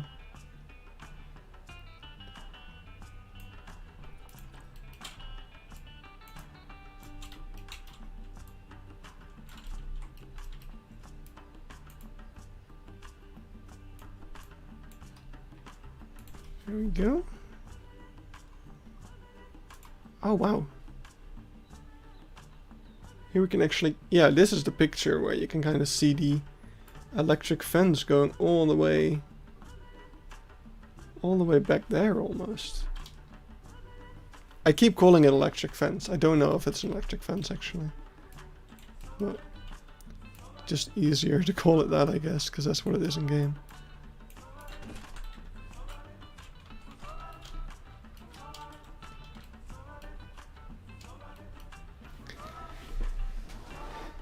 Alright, let me quickly take this video. I love how slow it is because of the freaking...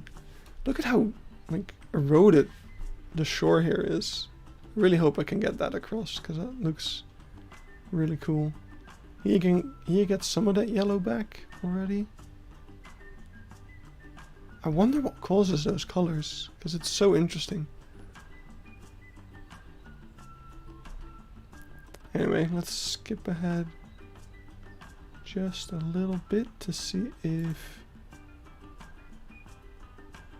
Okay, here we're already in Campbelltown. I don't actually think we get to see this little corner in this particular video.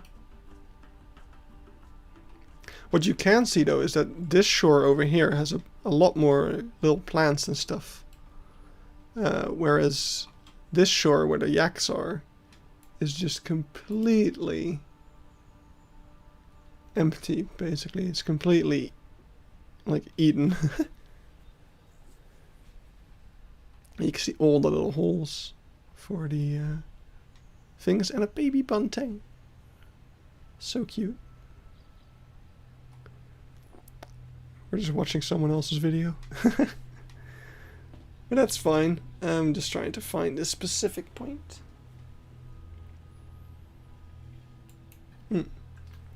There it is. Alright, so you can actually really... Oh wow, that's really cool. So let's split this off from it. So you can really see kind of this part of it sloping downwards. And then there being a second kind of level on top, which is pretty cool. So let's see if we can also make that.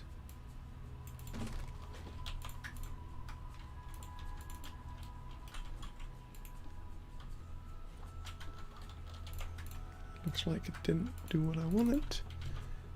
There we go. Sometimes I'm a little fast and the game has no time to actually do the buttons that I press.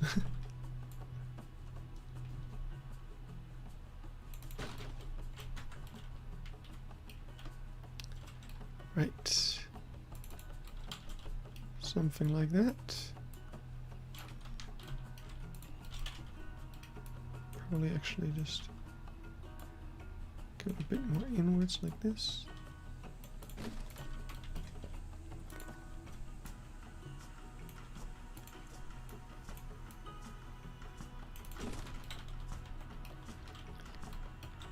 Something like that. Probably gonna do the job.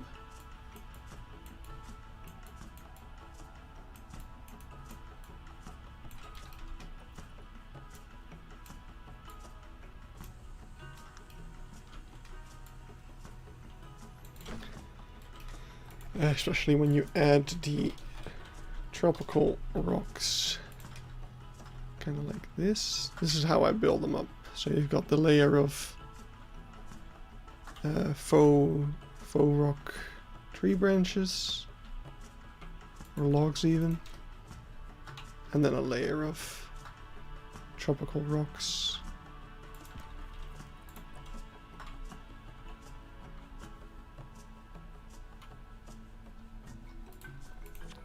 Which is a little more difficult to fit on there sometimes. But usually it works out.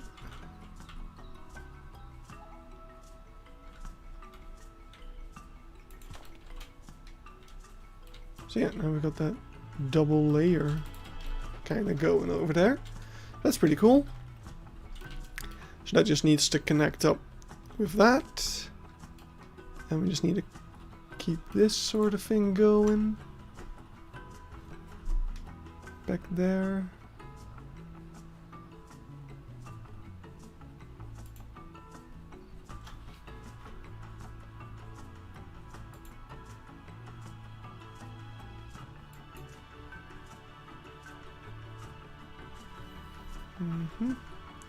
So there's quite a big space. See if I have a picture of that. That's a bit better. So there's actually quite a big space over here, where it's just kind of flattens out a bit at the shore. So let's put that in. Let's see how big you reckon that is. I think something like this. I think this is about where it climbs up.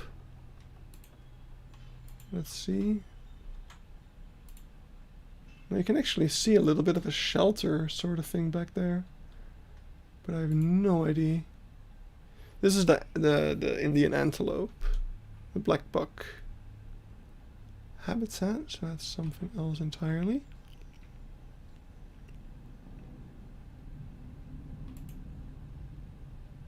Oh, just look at those colors. Love that. Yeah, this is the black bucks again.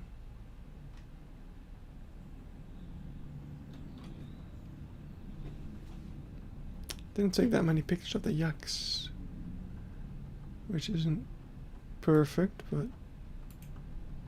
I think this also helps.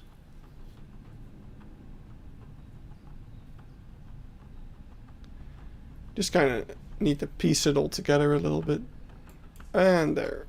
That's my least favorite part of the video. It's like, look, there's like 3 Indian antelope on the other side. Check it out. Oh, I've got a Discord message.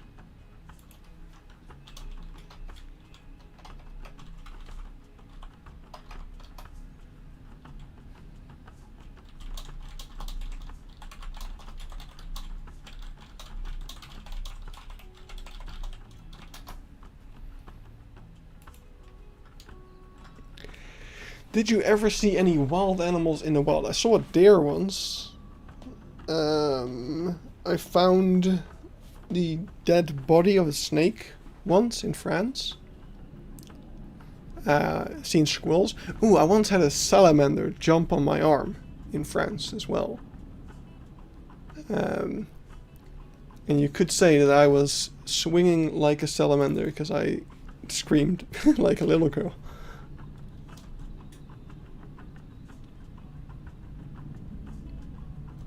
Oh, crap.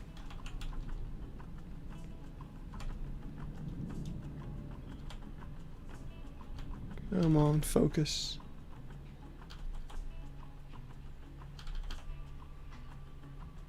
There we go.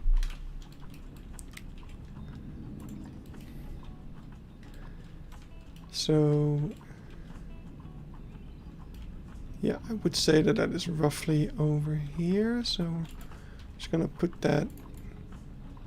Maybe we can kind of see it from Google Maps. Oh, we can. Look. This is, I think this over here is this weird kind of Maybe not. But kind of, there's not that many wild animals where you live. Just boars and eagle. Yeah, we just have deer. There's wolves in the Veluwe, which is kind of a nature reserve. A bit more up north from where I live.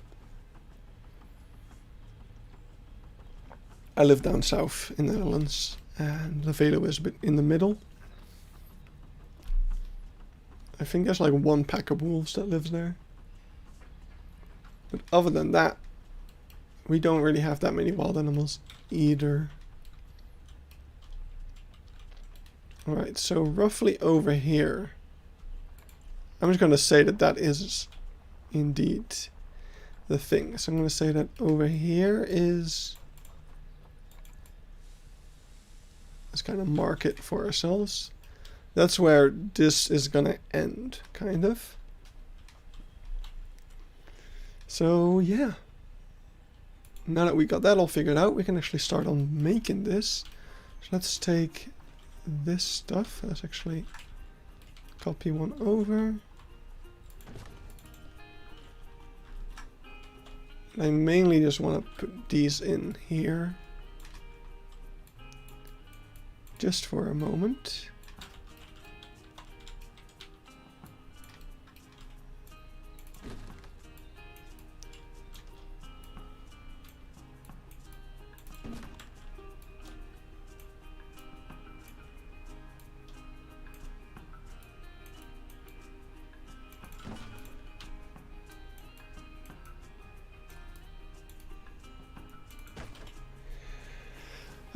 Scottish Highland kettles, boars and deer can be found in lots of places in the south. Are Scottish Highland kettle like wild animals? Like, I've never really seen them as such. But I guess we have a bunch of those, yeah. I've never seen a boar in the wild. I think I may have seen a fox. But yeah. It's about as wild as it gets here. Just your kind of generic European animals.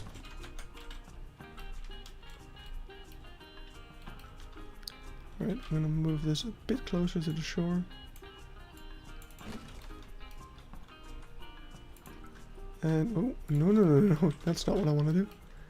Not at all.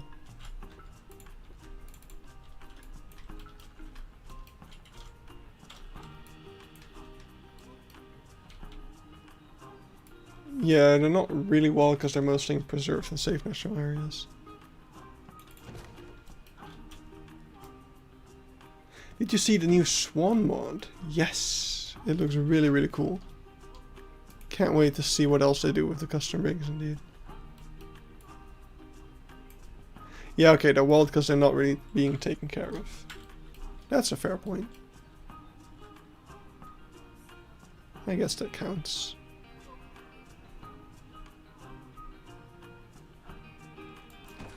Alright, so this is kind of where we are going to merge into the new color scheme of this. So let's rewind a bit, see what we're up to. So yeah, this area is very like eroded and stuff like that.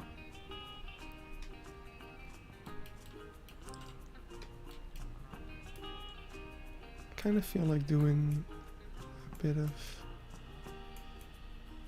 like a combination of the two.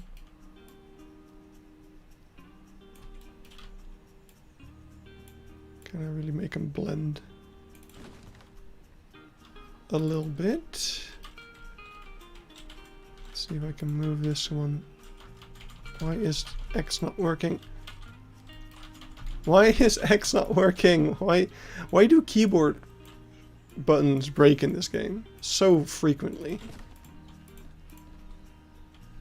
Like, sometimes I can't press the up and down buttons, which is just so weird and annoying.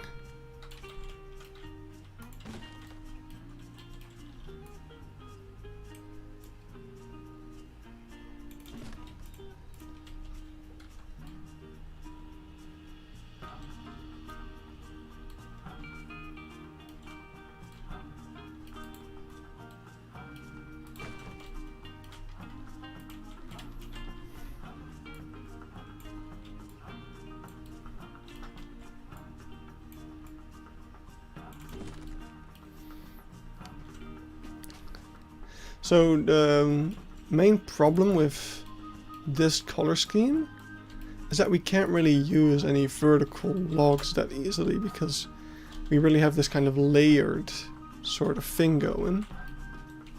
So we're gonna have to see how exactly that will translate.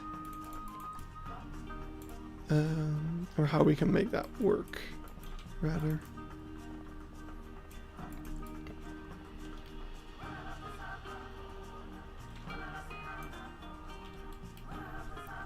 I'm sure we'll figure something out. Also just gonna put a couple extra of these in here.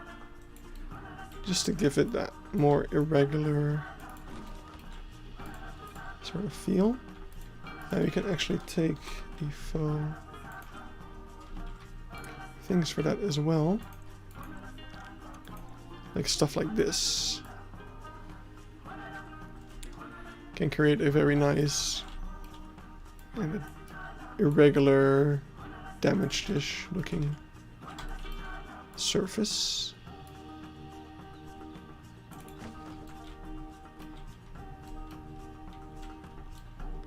Which is pretty cool.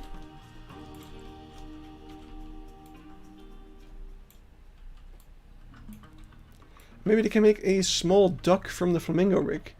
Someone is working on a small duck, I saw earlier. Let's see, where was it? Here it is.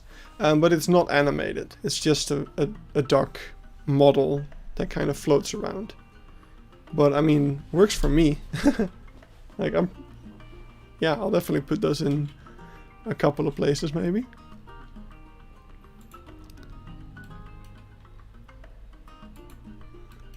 So that would be pretty cool.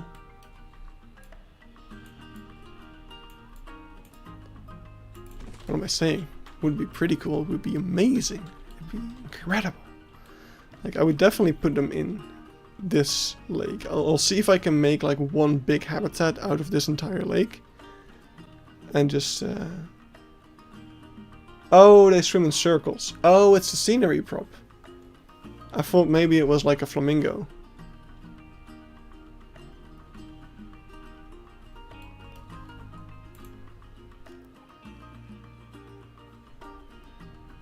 Right. No, because there are actual animals. Hi, Tubbs, by the way. Yes. No, they're actual animals, but they will work as moving props, is what he said. So it's not the East Asia water wheel. It's an actual flamingo, probably, that he just turned into a duck. With no animations.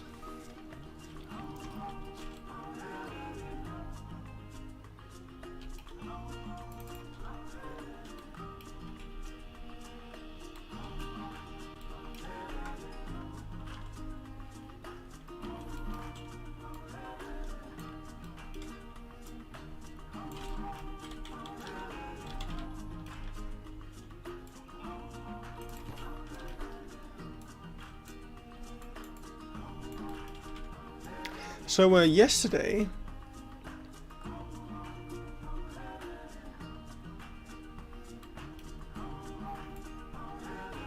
well, that wouldn't make sense. Why would he use the flamingo? Like he literally said, they're actual animals, but will work like yeah. The fact that they're actual animals, so that you'll get them from the animal trading, that means that the coding is the same as, I'm guessing, the flamingo. So it will actually move around and do stuff, except it won't have actual animations. It will just kind of move around the flamingo like they're doing over here. Like it's just this, except you replace the flamingo with a stationary duck model that won't go on land to make it look good. So I'll just have this, but then a little duckling.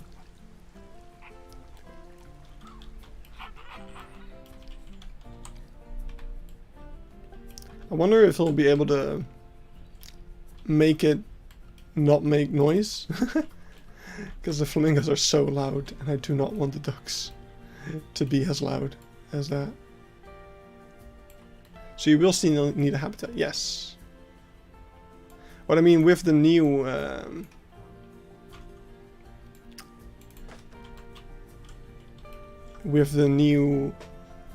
sandbox settings, you can do pretty much anything you want habitat-wise. Like I was thinking actually earlier, I'm actually gonna test this because it'd be pretty fun if it worked. Like I've got this camel habitat over here, just temporarily, just so we have some camels moving around. But they're all kind of sticking back there. So I realized what I can probably do actually is I can break this off. Like the habitat will become invalid. We'll make the length 20 meters. So what I can do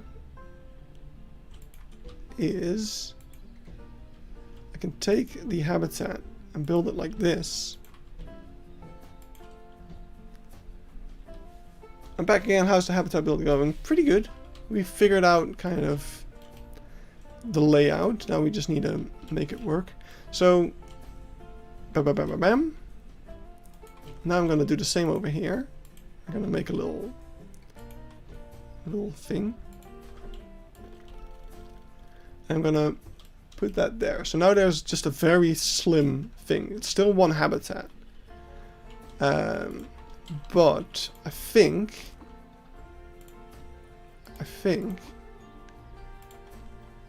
we're going to move some of the camel over here.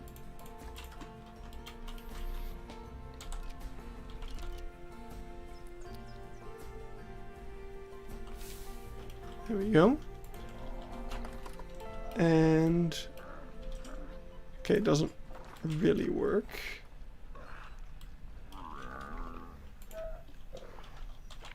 What I thought would be the case, but it doesn't seem to be the case, is that they wouldn't be able to get out of this part of the habitat, but it looks like this guy is about to prove me wrong. Which is weird, because they just crossed the barrier. So, not sure why that doesn't work, actually. Because, like, theoretically, going in here would mean that they escape. And I have escaping turned off. So I don't know why it does that. That's weird. Anyway, let's just undo that.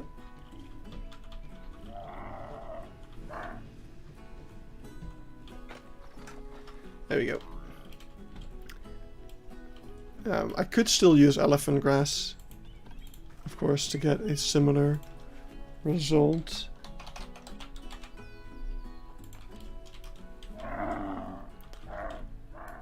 We still got our old tricks. So like, if we build a little elephant grass dam over here, with a little hole for the keepers.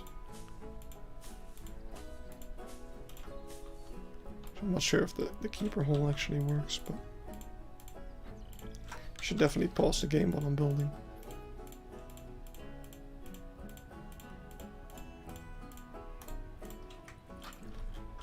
So we just sink that down. I'm not sure if the keeper can actually get through that at all. Which of course the game doesn't show me, because why would it work the way it's supposed to? Staff traversal area never really worked for me. Only shows half the habitats.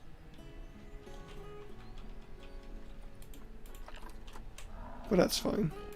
So for these guys, they can't get off this part of the island now. So that's cool. So now you'll be able to see them a little better from over here. Oh yeah, this is something I did yesterday as well. I put some of the new grasses around this area.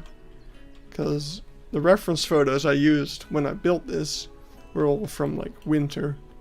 So the grass was all just dead and yellowy. But now it's nice and green. Anyway. Let's get on with this little part. So, pause the game again. So we got this stuff all figured out. What am I doing?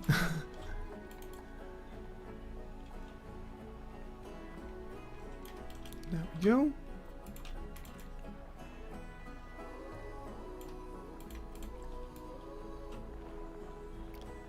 So I'm gonna get the terrain in.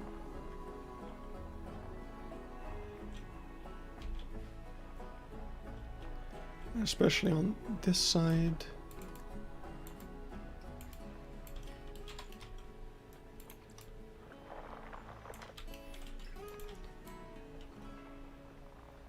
Kind of needs to be a bit of a hill coming down.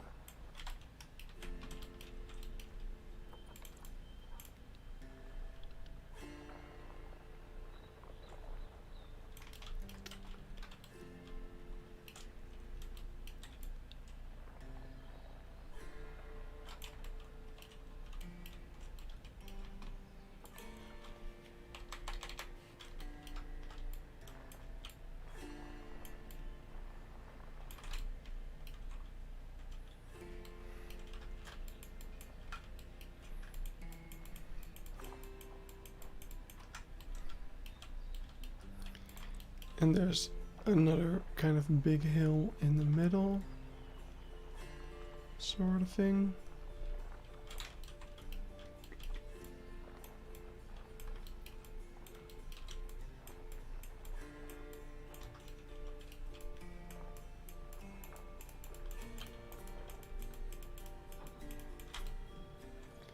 I kind of need to just get some sort of interesting terrain variations and stuff in here. Doesn't need to be all 100% accurate, it just needs to look good. Because there's no real way to do this 100% accurately. Unless you got like a GPS sort of scan of the entire place. Which I don't, frankly. Surprisingly, I know. Not that resourceful. Is this the same? Or is it just similar? It's just similar, I think. How do I keep doing that? Right, we're gonna go in here. Select these two. Make them the new color. Select these two. Make them this color.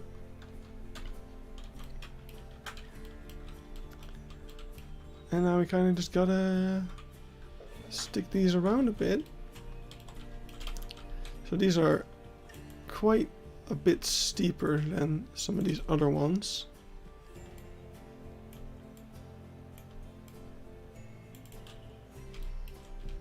And also, wait, I'm gonna make a copy of this. These are kind of our two main templates, let's say, that we're gonna be moving around and about to get this all to look nice. So let's put this in.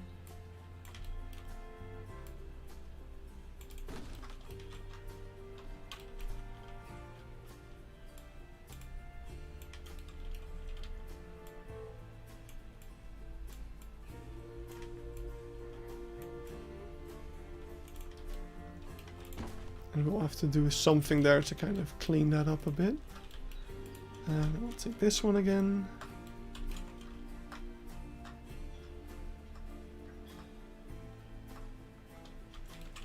I'll have to move that around as well. What if I flip it? Okay, that doesn't look good. It's made for one side only. So something like that. It's a pretty long thing, I think. This is the other side. Oh wait, wasn't I looking for a picture exactly like that earlier? Oh.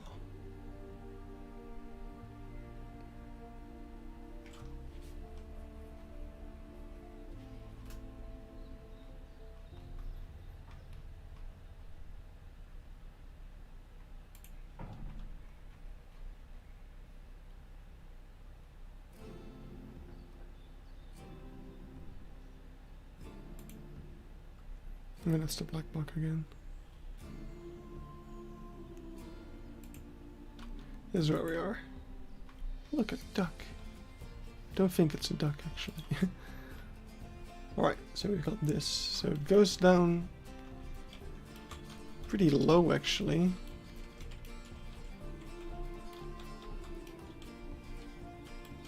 From where it is over here, so I think we're gonna have one more like tilt up, and that's gonna be this, and then after that we're gonna, or maybe actually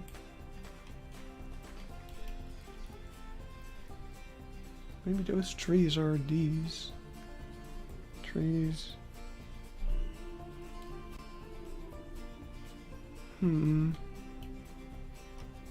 That will mean that we already have to be transitioning into this.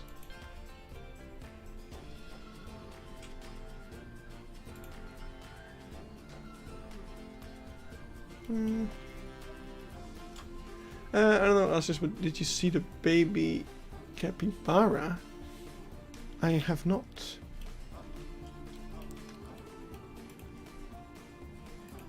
I don't actually think I've ever seen a capybara in real life. Criminal, I know. Just never been to a zoo that has one.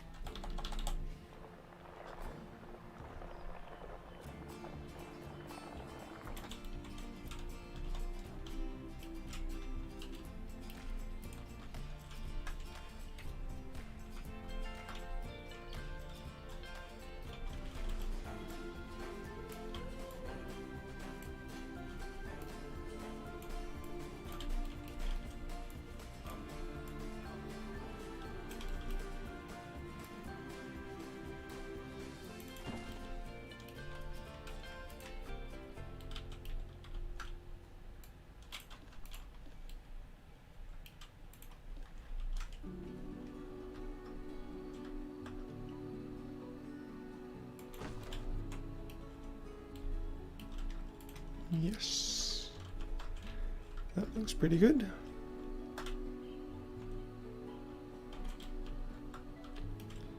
It just needs to get lower. So I'm actually going to rotate this one inwards a little bit. Like that. And select both of these. I'm going to lower them down together to kind of create that sort of slope. This one can actually go even a bit lower. And together with this one, can stay low. And this one just needs to be lower down altogether for a variety of reasons. Eurolocazo has an enclosure that's called South America and has llamas, rheas, pecaris, and I wish we had some capybaras in the future. Who knows? Sound like they'd be a good fit. They might add them at some point.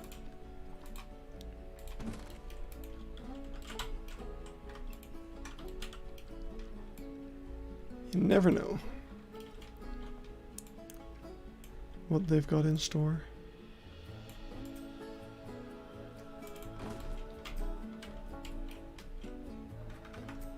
Maybe that's a bit much. Yeah, I think that's a bit too much of the grey stuff.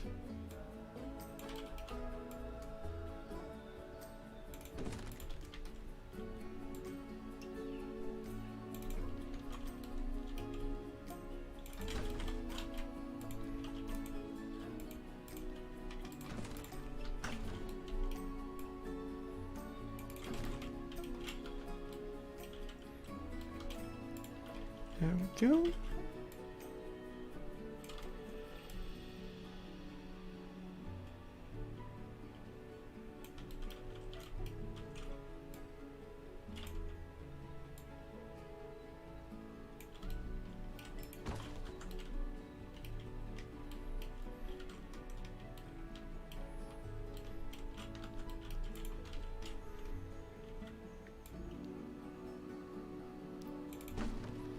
We'll clean up the little connection points in a bit.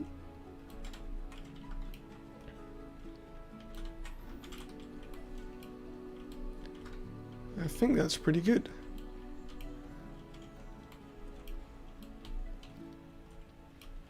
So over here, I'm just gonna take this color. I'm gonna take some of these and just kind of flip around. We've only one part of the zoo that's visible on Google Maps. I don't know what that is. Maybe like a staff area. Might be. It's a secret. Probably not so secret. Have you been able to fix your game yet, Lofro? I thought you were having troubles getting it to load and stuff. It's been a while since, so maybe something's changed.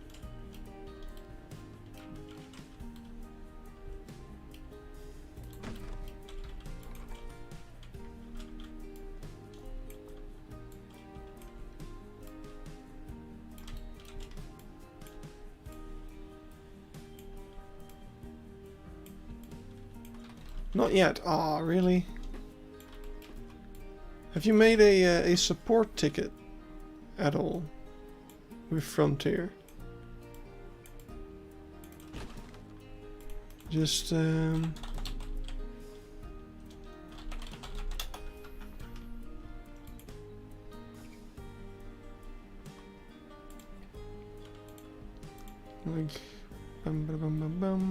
technical support.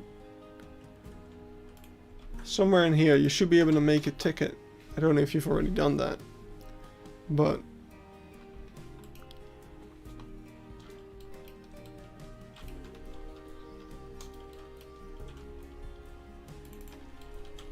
if you make a ticket there, they might be able to help fix something that's causing the issue. Basically, when I had my save file issue, that's where they sent me as well. I had to make a ticket there, and they got in touch. And before I knew it, I didn't hear from them for like a couple of weeks, but when the 1.6.2 update dropped, they fixed the issue in it, so I was able to finally play again. I really hope that they can do something for you as well.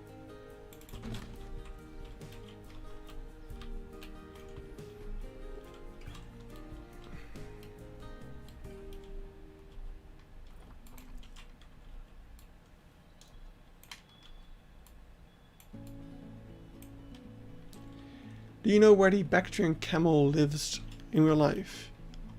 I think you don't mean in the zoo, right? Like the Gobi Desert, is it? It's like Russia. Like Mongolia, Russia.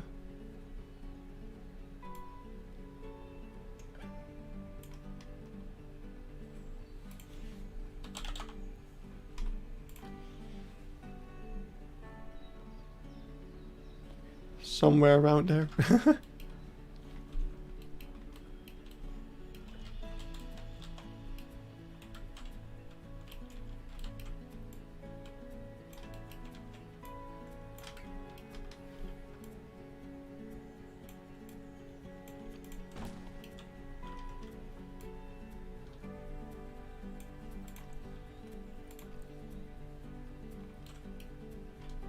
Yeah, I mean, I was trying to do it off the top of my head.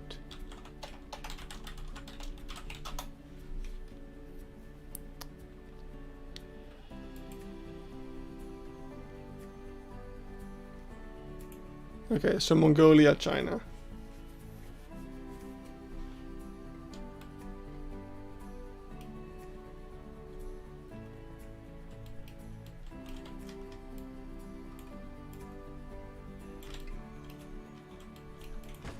Yeah, I figured you were making a sign. I figured.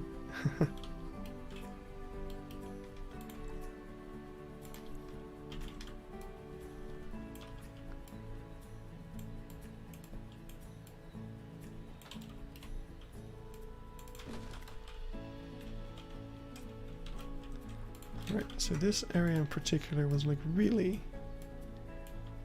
messy with all the little bits of sand.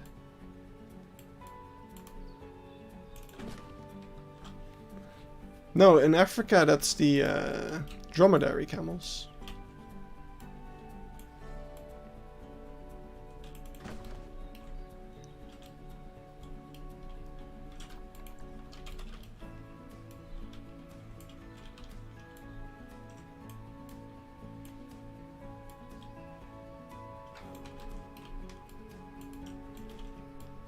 I mean, if you have Planet Zoo open, you could just look at the Zoopedia, of course.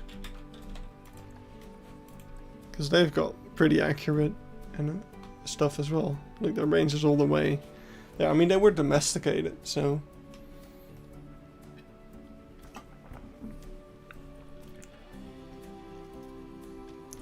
Like, I'm pretty sure this is one of those rare cases where they were technically extinct in the wild. But because there were so many domesticated species, they were able to kind of release some of them again.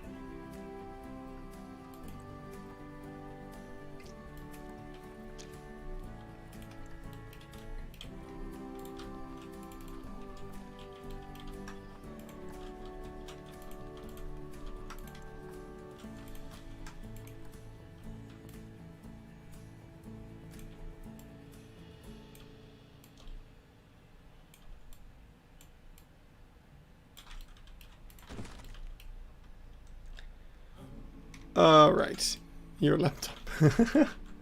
I usually have a ton of programs open at the same time, so I never really worried about that. But yeah, different story when you're playing on a laptop, I guess. I mean, I think there's a...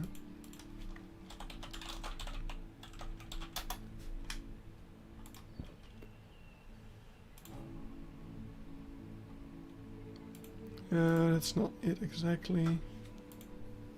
Here you go.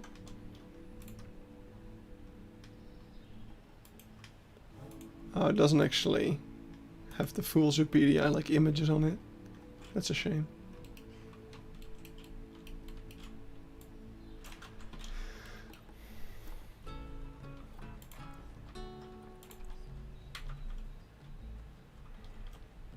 I thought that website was a bit more helpful than it turned out to be.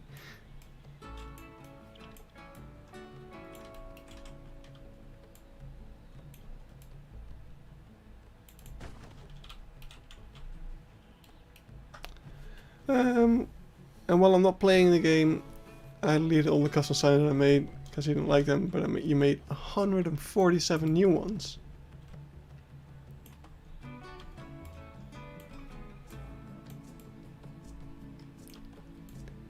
Hard at work,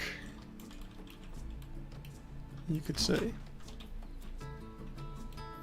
Alright, something like that.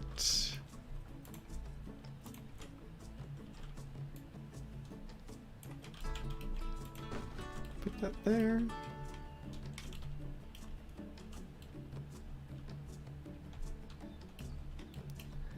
Alright, also gonna put some of it in here, just to get that kind of transition going a bit smoother.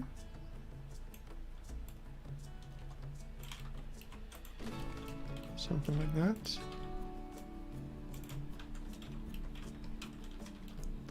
And now I'm gonna do something similar with the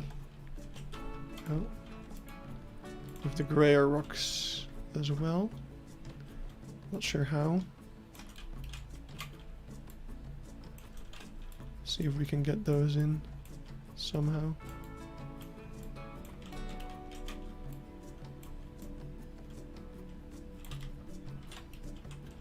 Kind of like that.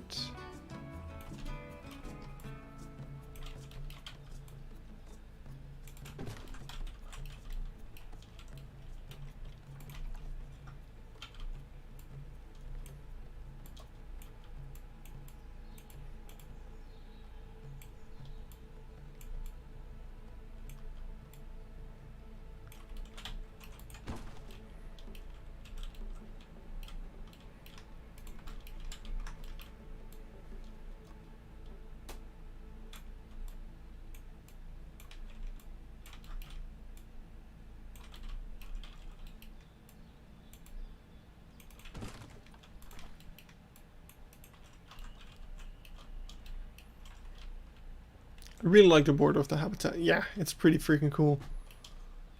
And we're gonna get all the little roots and stuff like that sticking through. There's gonna be a lot to it. Yeah, I can't take 100% credit for the use of the logs. There's been a lot of other people doing it as well. I think for me it kind of started with Haribo in his Missoula reptile house. He also used something kind of similar to this in there to make fake rock walls. And then on the Bro Nation Discord server, a lot of people have been over there. I kind of started with a guy called Mario. That's his username. And he started doing this as well. And a lot of people have kind of taken after him. Look at that. Just layers of layers. Yeah, the log, this one. Mainly. I mean, I also use the log, but I use it horizontally. So I don't need as many of them. Trying to save on pieces a little bit. It's not working. Still using a crap ton of pieces.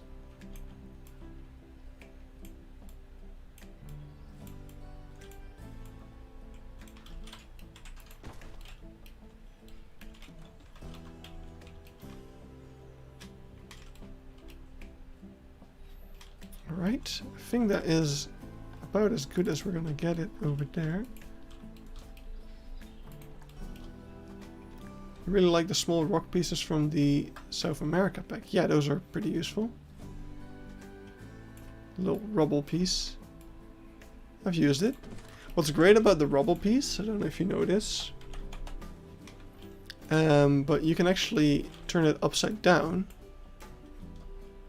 And then you've got this completely flat kind of rock texture that you can put on top of stuff. This is really useful.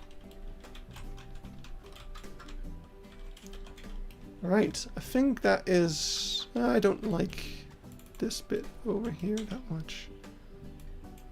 Let's see if we can kind of tweak that. It's already a lot better.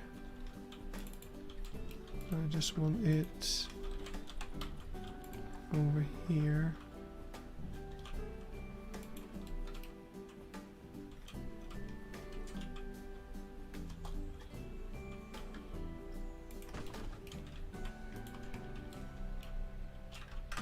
Not a fan.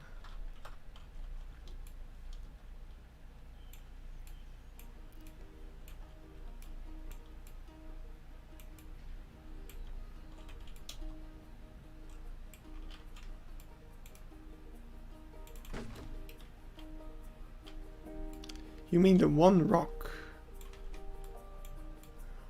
Oh, I'm not actually sure which one you mean then. Small rock pieces. You mean like this one?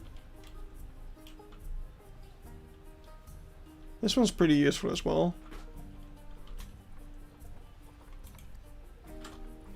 I guess.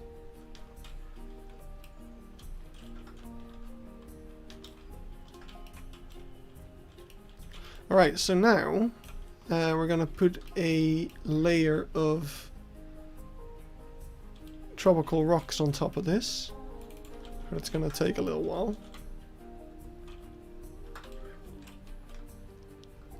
I'm kind of gonna try to really mix it in.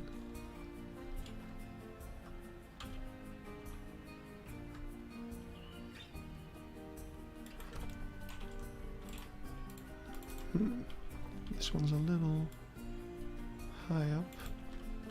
That's better.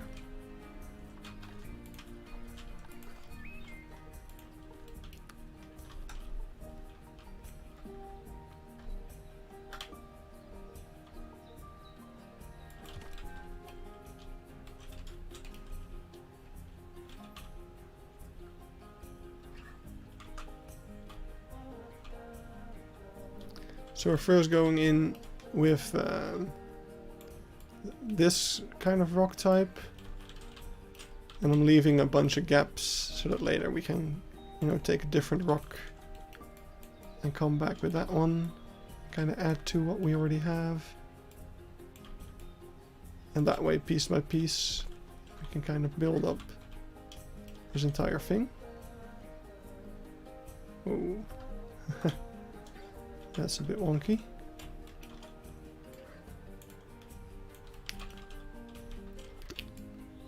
See, this is a tough part, where we've got a lot of kind of different pieces. The small pieces are the most difficult to kind of fill up later, basically. We left a pretty big gap, so I'm just going to go ahead and add another one. Like that, maybe. Let's get over here.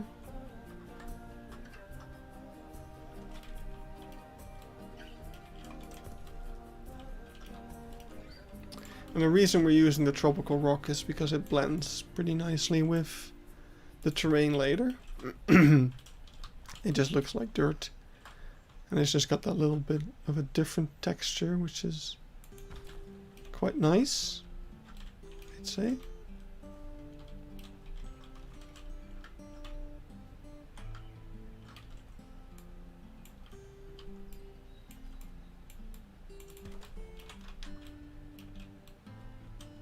Yep.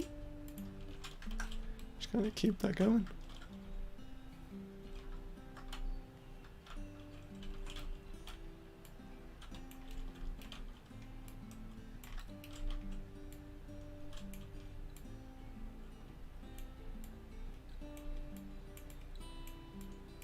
Oh yeah, I kind of put these logs on a little too early. You see, this is what I mean.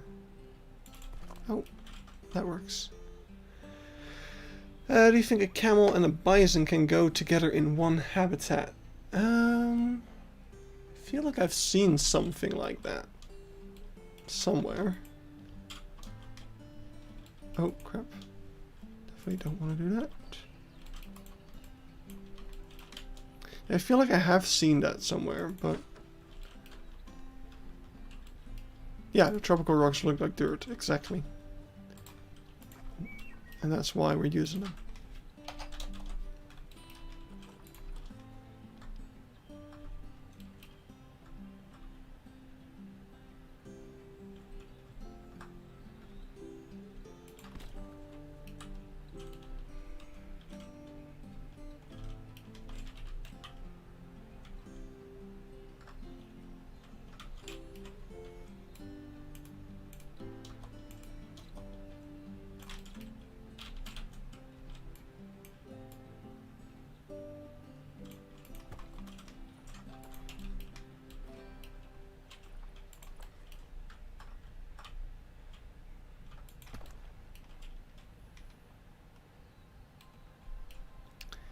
$13 months?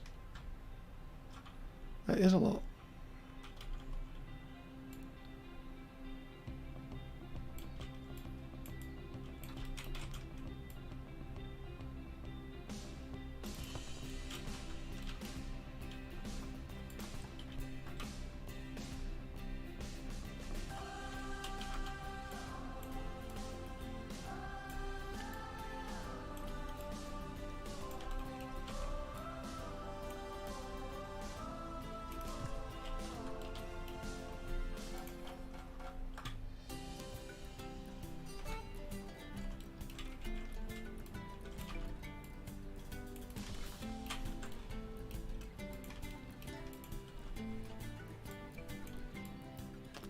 Poor camels, I'd say.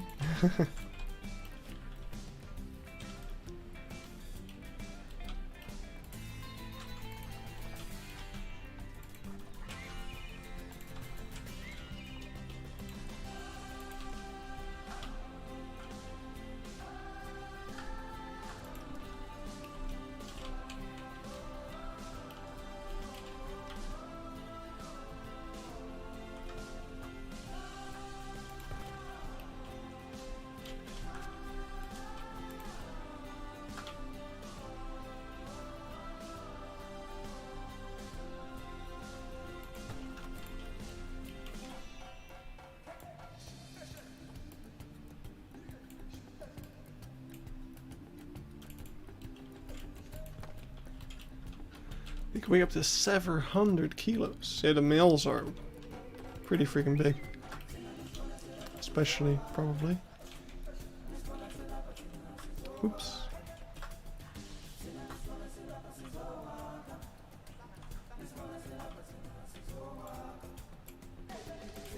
Peter's gonna be able to bring us all the animal facts after he made all these signs.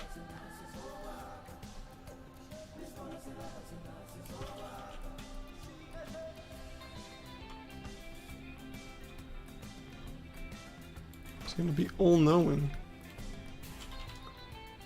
There we go. This looks a bit off. Just gonna rotate that like so.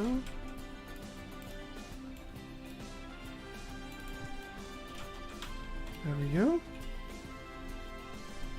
Nice.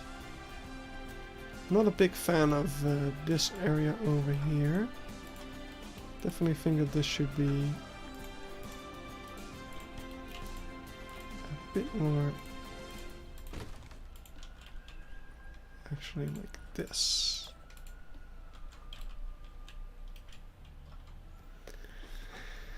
Elephant gestation period is 24 months actually. 2 years. And a giraffe is like 18, I think. From the top of my head, I could be wrong, of course. I'm pretty sure about the elephant one, though. Also, I bit my tongue as I was saying that.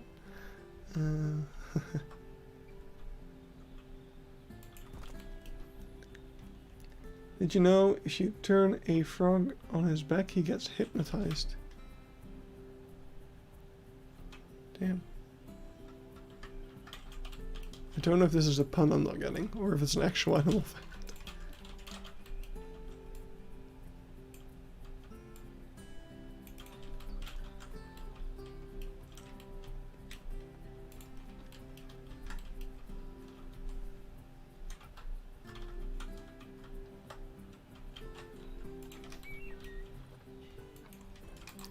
Wait, which rock did I use before? Remember one? It's an actual fun. So the reason I thought you were speaking the truth is actually kind of stupid. But the Hypnotoad exists, which is a thing from Futurama. Prize winner, the Hypnotoad. All glory to the Hypnotoad. Which is beautiful. I love the show. But that show is actually written by like a bunch of very smart people. Like they have several PhDs on the writing staff combined, you know. So, hey, Leaf. So because the writers of that show are so like smart in a way, they are not in a way they are, they're freaking geniuses for many reasons. I figured they'd probably base the Hypnotoad on something. Still streaming? Yeah, I mean I had plans, but they got cancelled, so.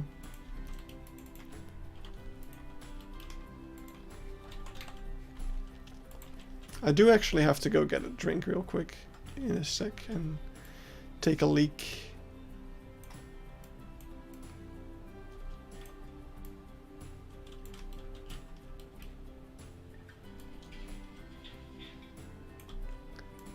Let's drop this down here.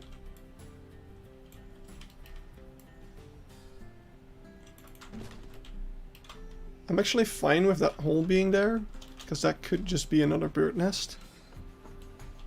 We're gonna have to add bird nests to all of these places as well. God, this is so much stuff. And the last Asia passport is finished. Nice. Good job.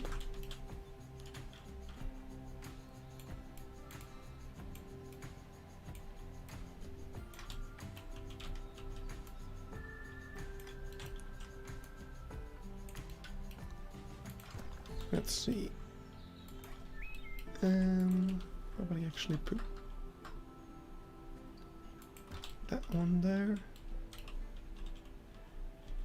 And this one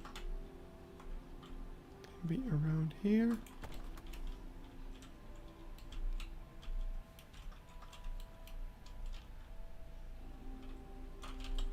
And let's get a smaller one just to fill up this little thingy. Sweet. Another one. And another one. That doesn't work as well.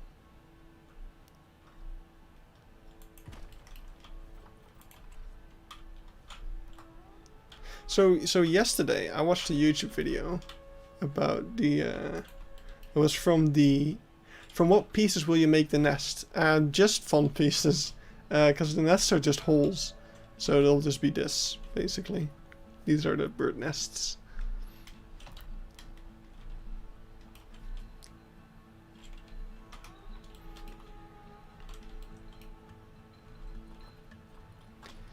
Don't want to use too many pieces on them, because they are going to be literally everywhere. So if we make them very piece heavy, then that's gonna not be fun. Like, we're already using a bajillion pieces to do this along the entire shore. should probably try to keep it down a little bit piece-wise.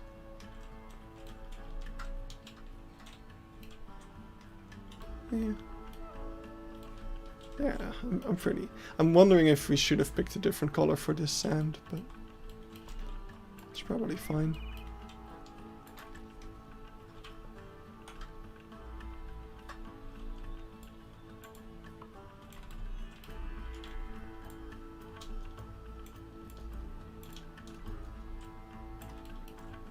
Really like the small birdhouses you made a couple of months ago. Yeah. I mean, they are still going up around the zoo. Actually noticed in this video, I think, if we skip ahead for 5 seconds, maybe 10 seconds, maybe a bit more. Yes, and now he's gonna look back. Goodbye, Black Buck. Goodbye, Black Buck. Come on, turn around. Love the look of the riverbank. It looks so organic. That is exactly what we're going for. Thank you. Yeah, there he is. Look, birdhouse. But I haven't put those trees down yet, so we can't put the birdhouse on.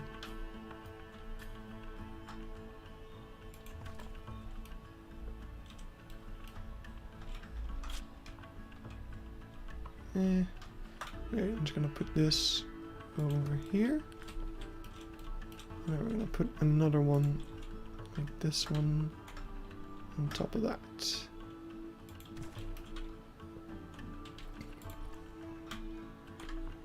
These are too thick. Oh, this one might work.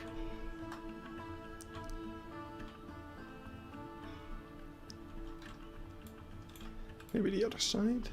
No, that one's even thicker.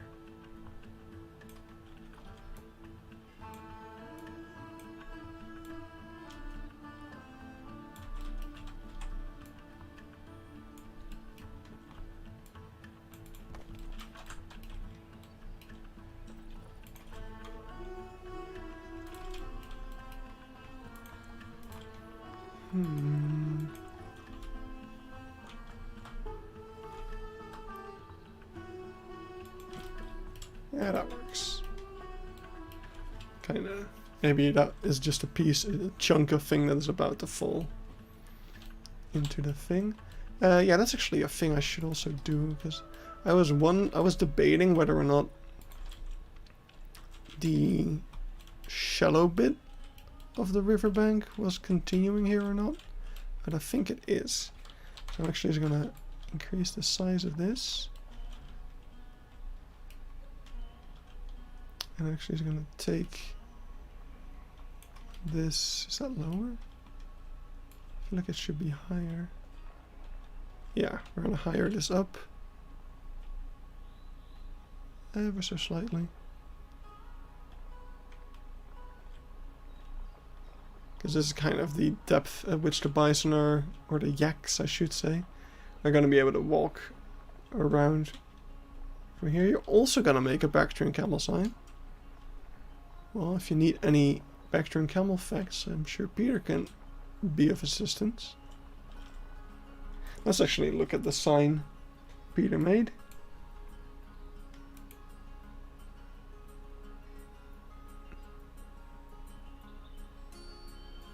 Let's see. Where did he share them? Here is the Bactrian camel passport. I can't zoom in on it. I'll have to open it up somewhere else. Those are some cool screenshots. I love this little bit over here with the humps and the hooves. That's some really cool design. Love it. Awesome.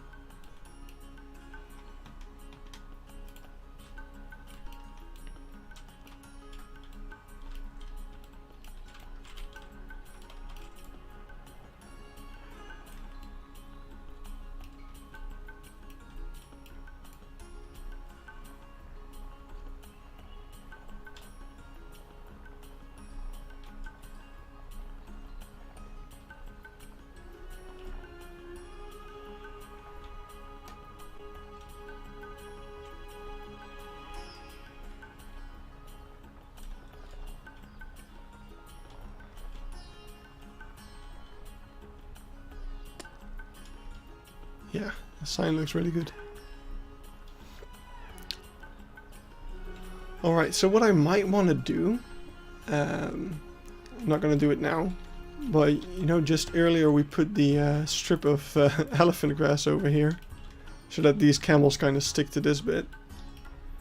What I might do is actually put a strip of elephant grass through the yak habitat, and another one like over here. So that if the yaks want to move,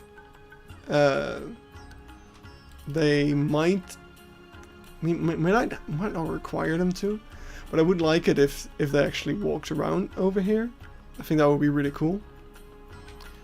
So we might kind of force them a little bit, force them to take the outer path to get to their feeder, which is over here.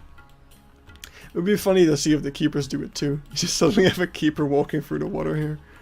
That would be a bit weird. But... Alright, let's raise this up a little bit. Because I think... I know we're missing a couple of spots still. I'm actually going to go to the bathroom real quick. And I'll see you guys in a very hot second. I'm just going to put you with some sleeping bison. Or yak. That's what they are. And don't let anyone tell you otherwise. Alright, I'll be right back. Wait, I should actually hit play, shouldn't I? Alright, be right back.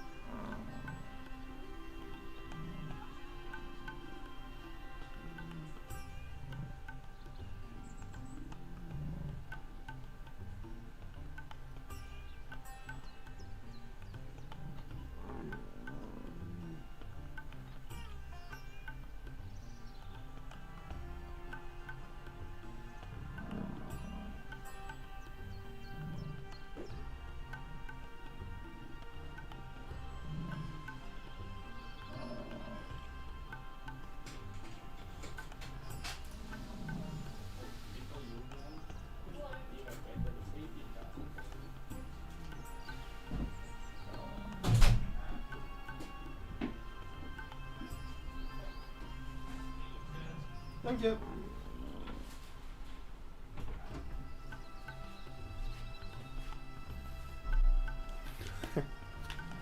Alright, the moment I got out the bathroom and the front door open and my roommate got back home.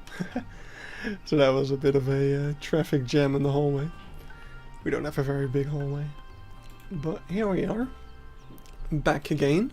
Oh, they all walked away. How could you guys? Alright, I love the bison are actually a really good replacement for the yak. Especially from a distance. Did you know the Beckton camel will also eat meat and fish if they have no choice? I think a lot of animals would, probably. Like if you feed it to them. I hope the keepers have some cars to come about the zoo in real life. Yeah, in this version they don't really. But in real life, yeah, that's all they do. They've, I mean, they've got the car safari. So they just have a bunch of jeeps and they drive around to get everywhere. Like over here is a little access area for keepers to get into here with the car. And of course over here is a little keeper access road to get into this area of the zoo. Back here to the tigers and the reptile house.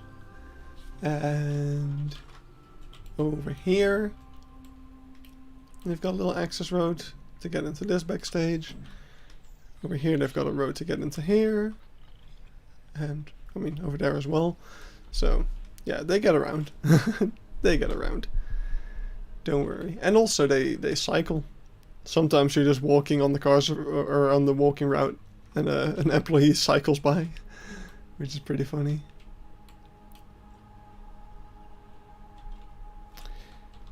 Most Dutch thing. Where'd my camels go? What? Did they walk around here? What? Where'd my camels go? Well, the grass doesn't do anything. What's your favorite part of the zoo in real life and in the recreation? I think my favorite part... Ooh... I don't know. I have a bunch of things I love about the zoo. Because the more I learn about something, the more I start to love it. Like, the thing I love about what we're building now is that it's actually like a protected nature reserve. Because the kingfishers and I forgot the name of the other bird. What was it?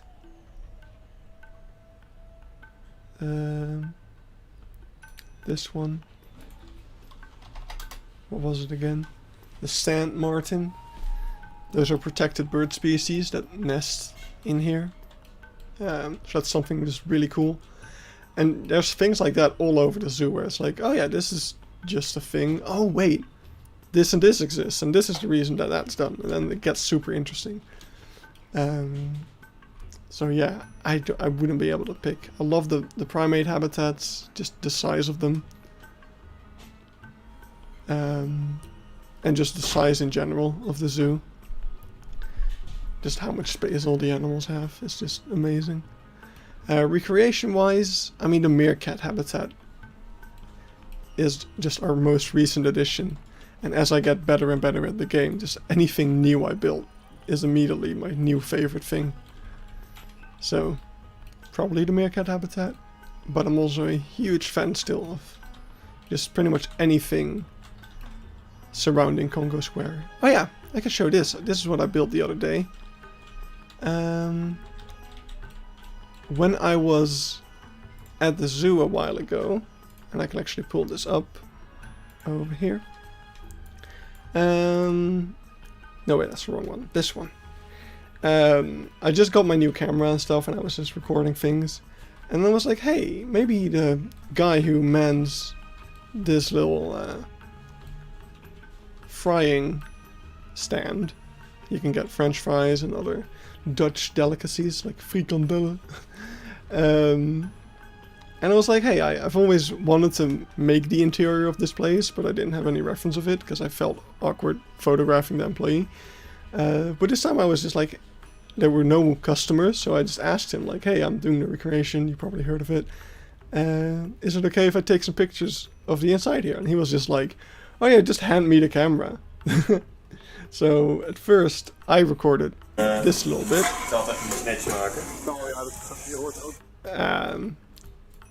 So yeah, you've got the little fryers. There's a window there which I haven't been able to put in because I didn't feel like it. But yeah, you can see most of the stuff that I built. But then he was just like, yeah, just hand me the camera. So I did. And here you've got the back of this thing where you can get all the food. A 3-hour stream and you miss it. Well, we're still going. So I wanted to announce it a bit better, but I didn't. But yeah, he showed it back here. He showed like, oh, there's a door over there and whatnot. But yeah, sadly, because of how I loved your real life Zooter though. Oh, thanks, man. That means a lot. I put a lot of effort into it. But yeah, back here, mainly, this is the main reason I couldn't recreate it as well as I could, is that I want to have this Monsieur Friet vending machine in here, so people actually get food from this. If that wasn't there, then I would have probably been able to do this a lot more accurately.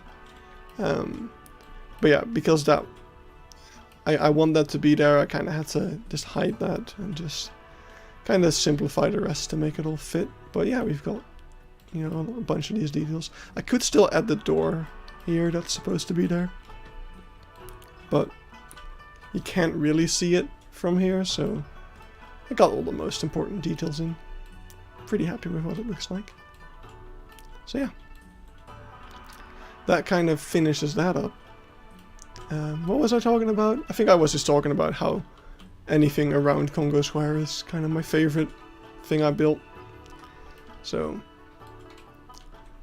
from the reptile house, which isn't really a reptile house, I just call it that, all the way to, oh yeah, look, I added these little things. But yeah, from the reptile house to the restaurant, which is just absolutely insane. One of the best interiors I've done. And then all the way, moving on to like back here with the bears and whatnot. It's just all my favorites and things. Anyway, let's continue along placing some of these tropical rocks.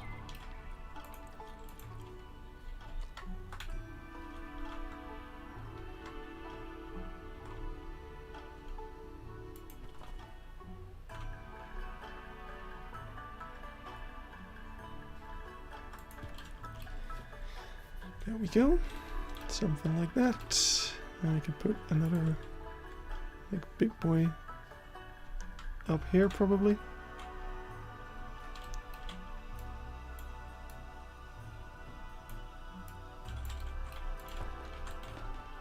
Yeah, that looks good.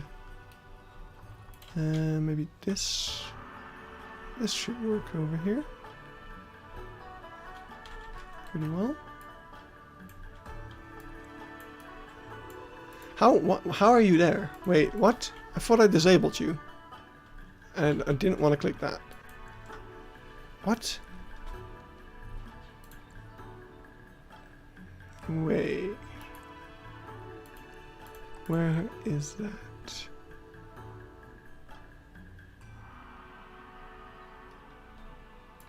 I thought I already applied that. Huh, that's stupid.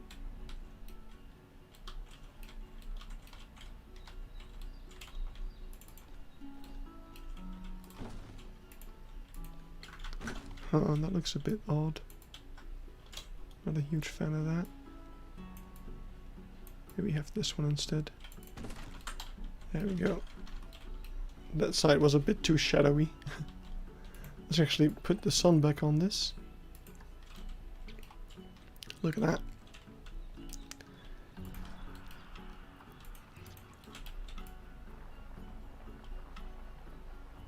So yeah, finally Haribo, the man himself, is here.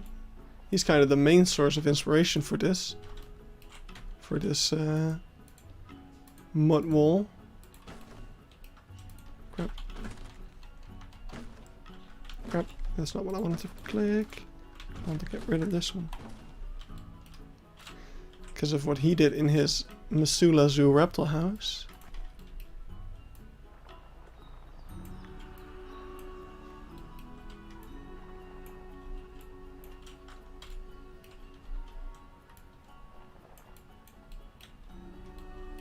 Yeah.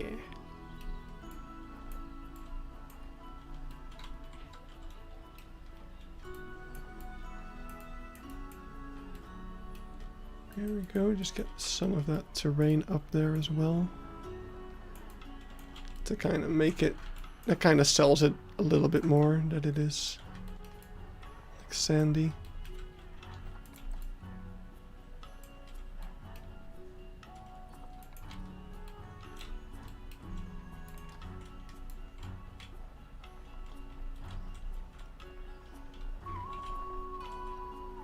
And now I just need to make sure there's enough space of them for them to walk.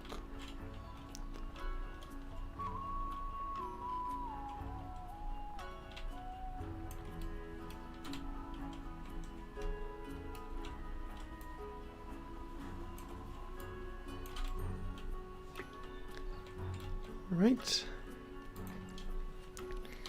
And now we're gonna go ahead and add all this.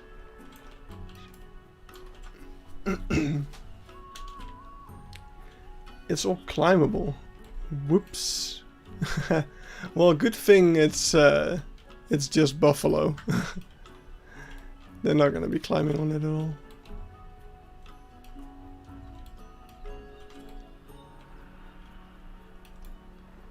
But that is good to note, I guess. Good thing that it actually has these little interruptions in it then.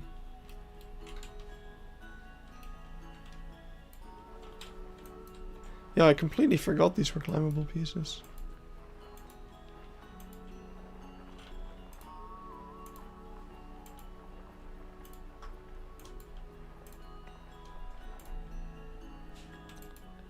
If you had the time, which habitat would you give some overhauls? Everything... Everything above this line, no. The primate habitats are fine. But yeah, the lions... this safari habitat is gonna get some work done anyway when we redo half of it. But yeah, the hyenas and cheetah habitats also need work. And the African wild dog. So pretty much anything in this sort of corner could really use an upgrade. And the rest is all fine.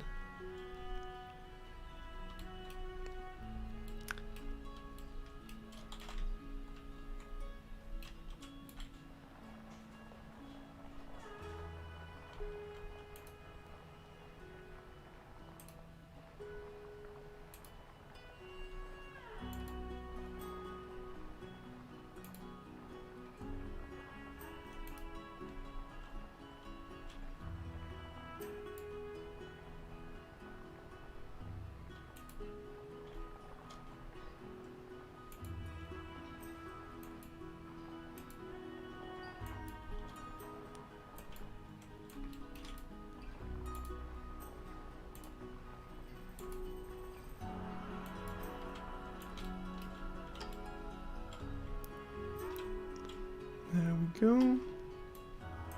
Oh, that's actually it. Kind of back over here.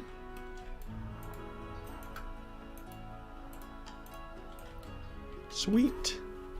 Alright, so that is that pretty much done. And now we just need to get the terrain on the other side up in there. Actually needs to be bigger.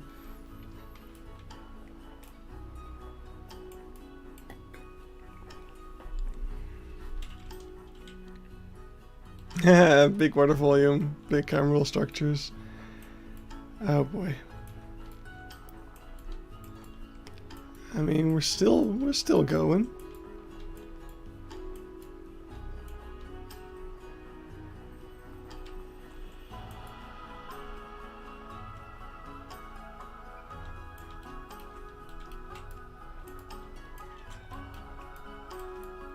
If we really have to change it, we will. But I just build what I want, and if the game doesn't like it, to a certain degree I can deal with it.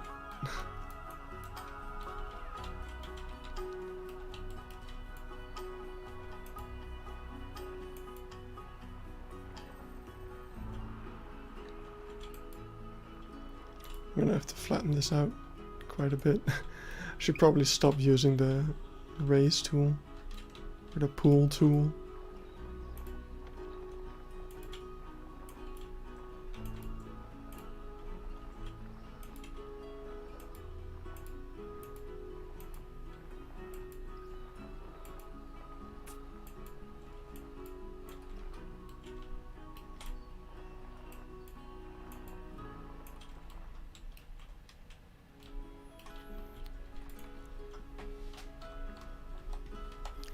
It would be nice if you could just tell the game, hey, don't climb on this.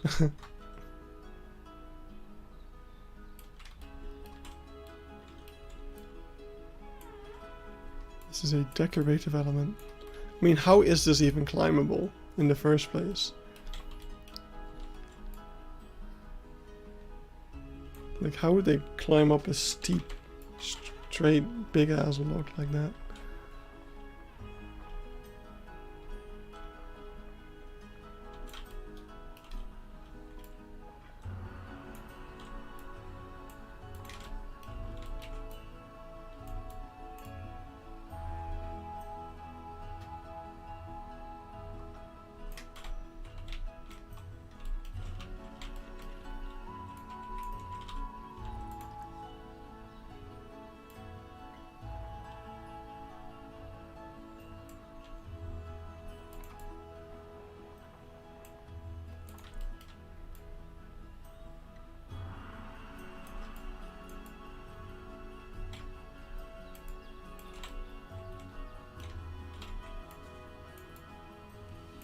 Almost have to start cooking.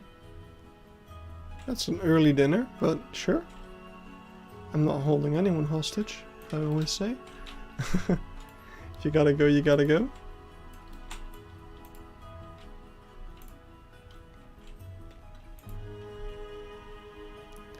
I just want to get the most out of my time before I go camping next week. That's why I plan to be live a little bit. Actually, so I don't know how much time I have to go live, like tomorrow or Wednesday at all. So I just wanted to get this stuff out here. Oh, you have a steak. I'm gonna make sure it's nice and tender.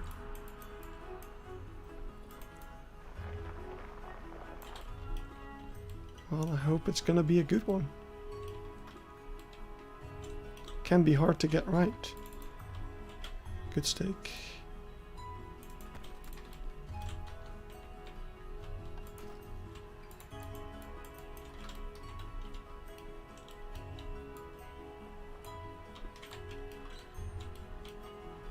Let's see, this is... There we go.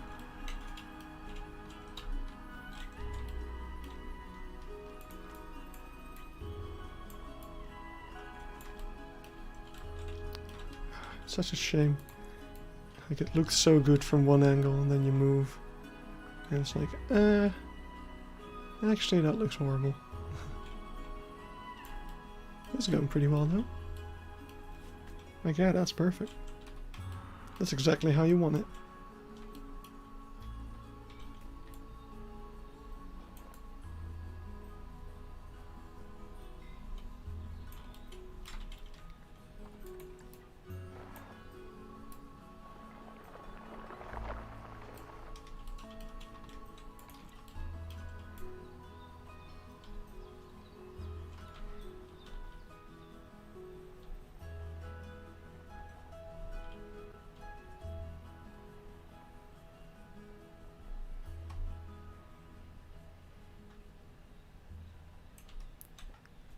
And it was only a matter of time before that was gonna happen.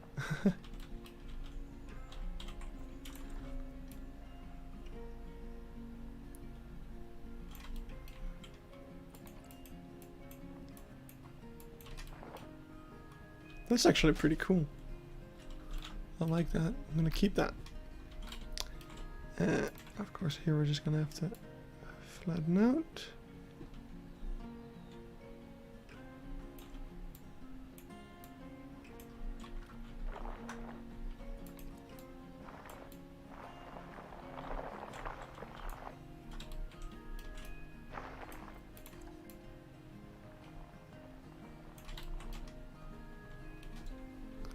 Yeah, that's looking really good.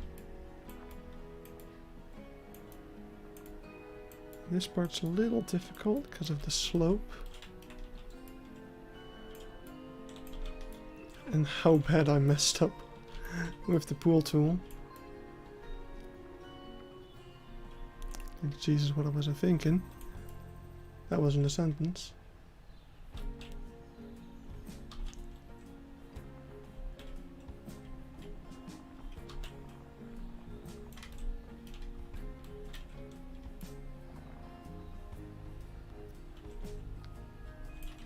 There we go. Stick that out a little bit though to get that sort of stuff. So how do they make sure the bisons aren't swimming away? In real life it's yak. And I don't think yak would swim. That's my guess. Because yak have a lot of fur. So I feel like they would drown because they get too heavy if they're wet. But I don't know. Let's look it up. Do yak swim?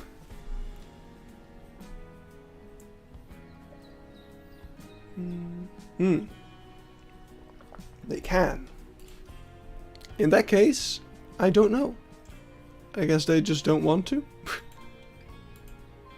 Or maybe they have more of those wires in the water.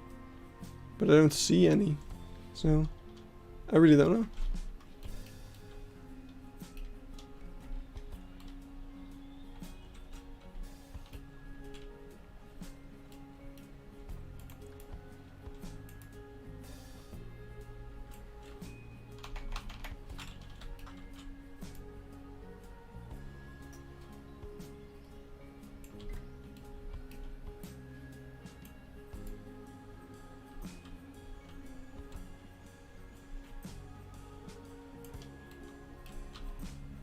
Yeah, that might be. Maybe we have to make it a bit steeper as well. It's kind of like this, because it does go from them being able to stand to it being deep enough for the boat. So that it has to be a little steep there.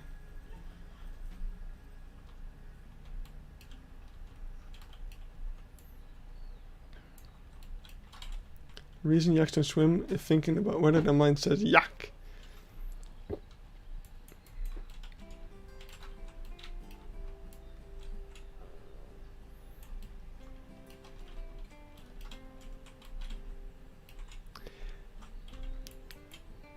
But yeah, I don't know. Like, if you make it that steep, it could also be a little dangerous, wouldn't it? Like, what if one falls in? There is actually a video when I was looking up.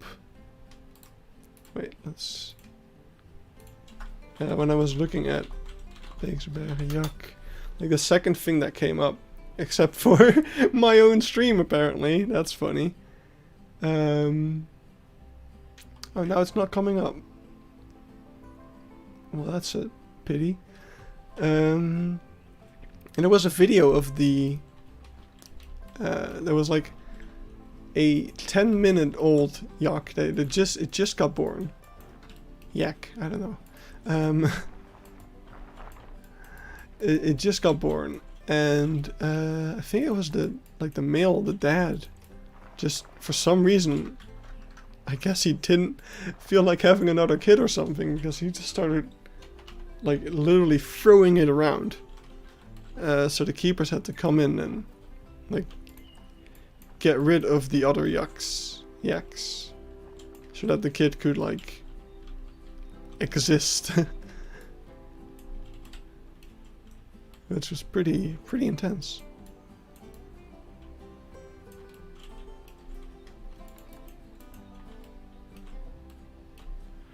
Right. I'd say that's pretty good as far as the edge is concerned. So now we just gotta kind of spread that onto back here. Just make a bit of a hill. Something like that.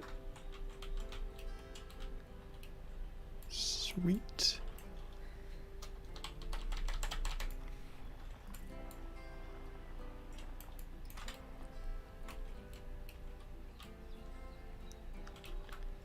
The same thing over here, although this needs a bit more terraforming in general.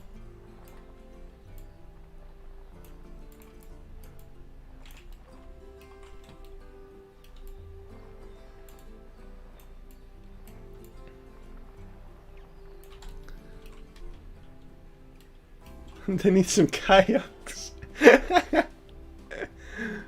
Oh god. That's great.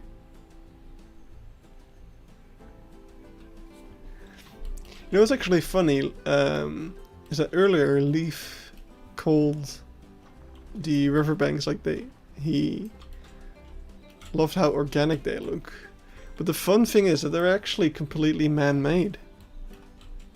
It's just that, I mean, they were made years upon years ago, so by now nature's kind of reclaimed them. But yeah, way back when, these were actually completely made by humans. Because this entire boat safari is completely dug out.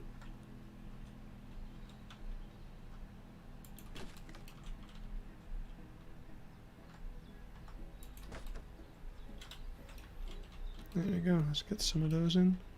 I'm not gonna put too much thought into these, just kind of throwing them around.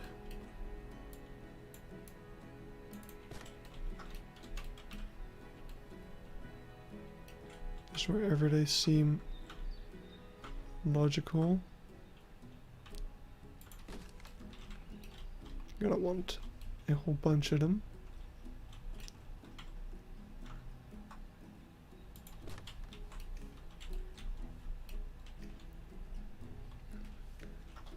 I'd say Yak Farewell. He says bison. I don't think that one works as well with yaks, yaks as it does with buffalo.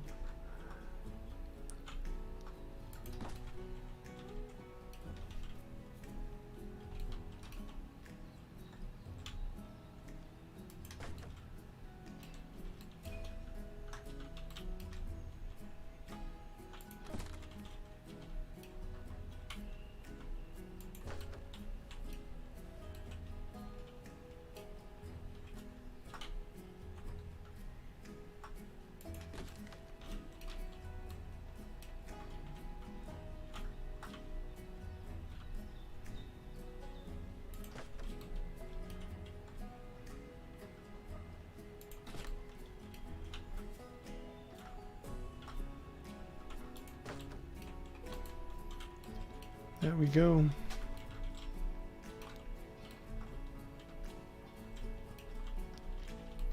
Sweet. Alright, let's do some recoloring of the terrain. Let's actually pull up some more terrain around here. Oops, didn't mean to unpause the game.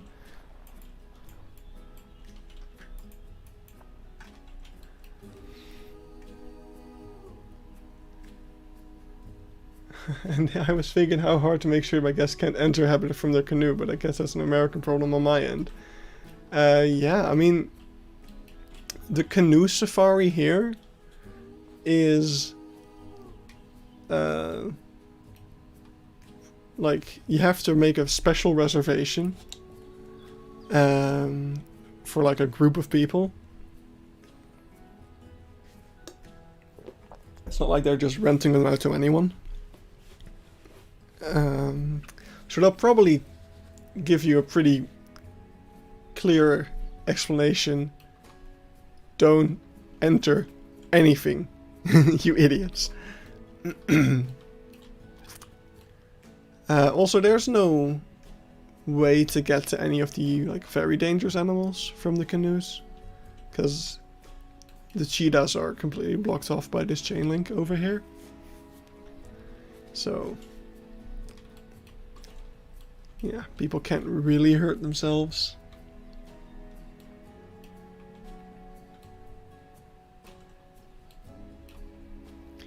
And if they do, they'll probably get in a lot of trouble, because the zoo would not be happy.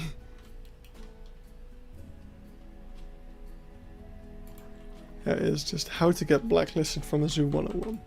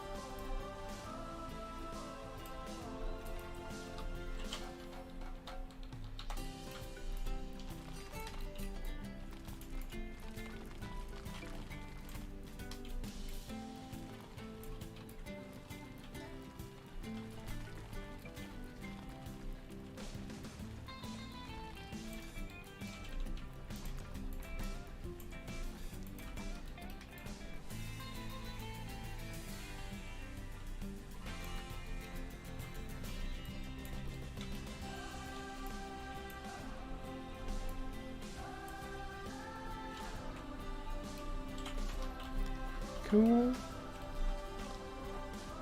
Nice. So that already looks so good. Right, I want to know what it looks like with water. I can't hold myself. We're gonna do a water check. I can actually delete this one. I helped a person out. They wanted some albino tigers for their zoo. But they were playing with GeForce Now. So they needed someone else to kind of install the albino creature mod thing to get some albinos in. So I actually still have that mod installed. So I was thinking earlier, like, are there any... Oh, maybe peafowl. Yeah, I should totally just get some albino peafowl. To put in some aviaries. Wait, let me...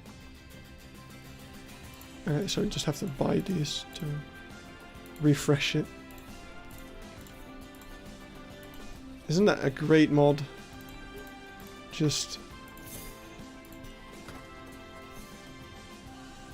GeForce Now is actually worse than our PCs. Oh wow.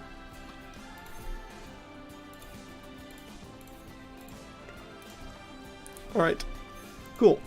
So I have some albino peafowl now. That's actually useful. I'm gonna deinstall the mod at some point.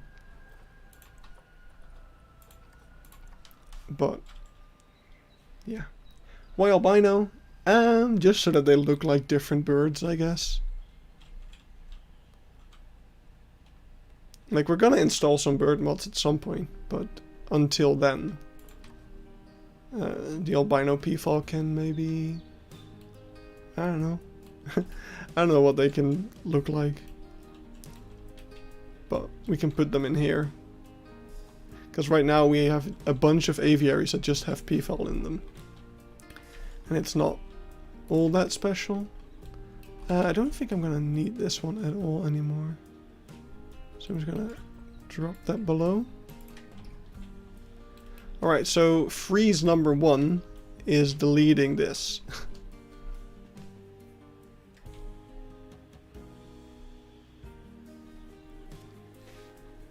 Now it shouldn't crash, because I've been doing this like a bunch of times and it never crashed before. So I don't think it will, but, you know, thank you guys for crossing your fingers. So what I did is I saved the hex color here, next to the seal. And I want rough water.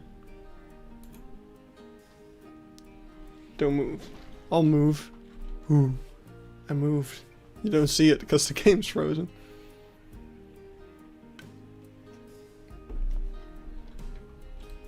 There you go. All good. All good in the neighborhood. So we can put it in the right hex color and put the thing at 0.5. And now the water is the way I want it to be.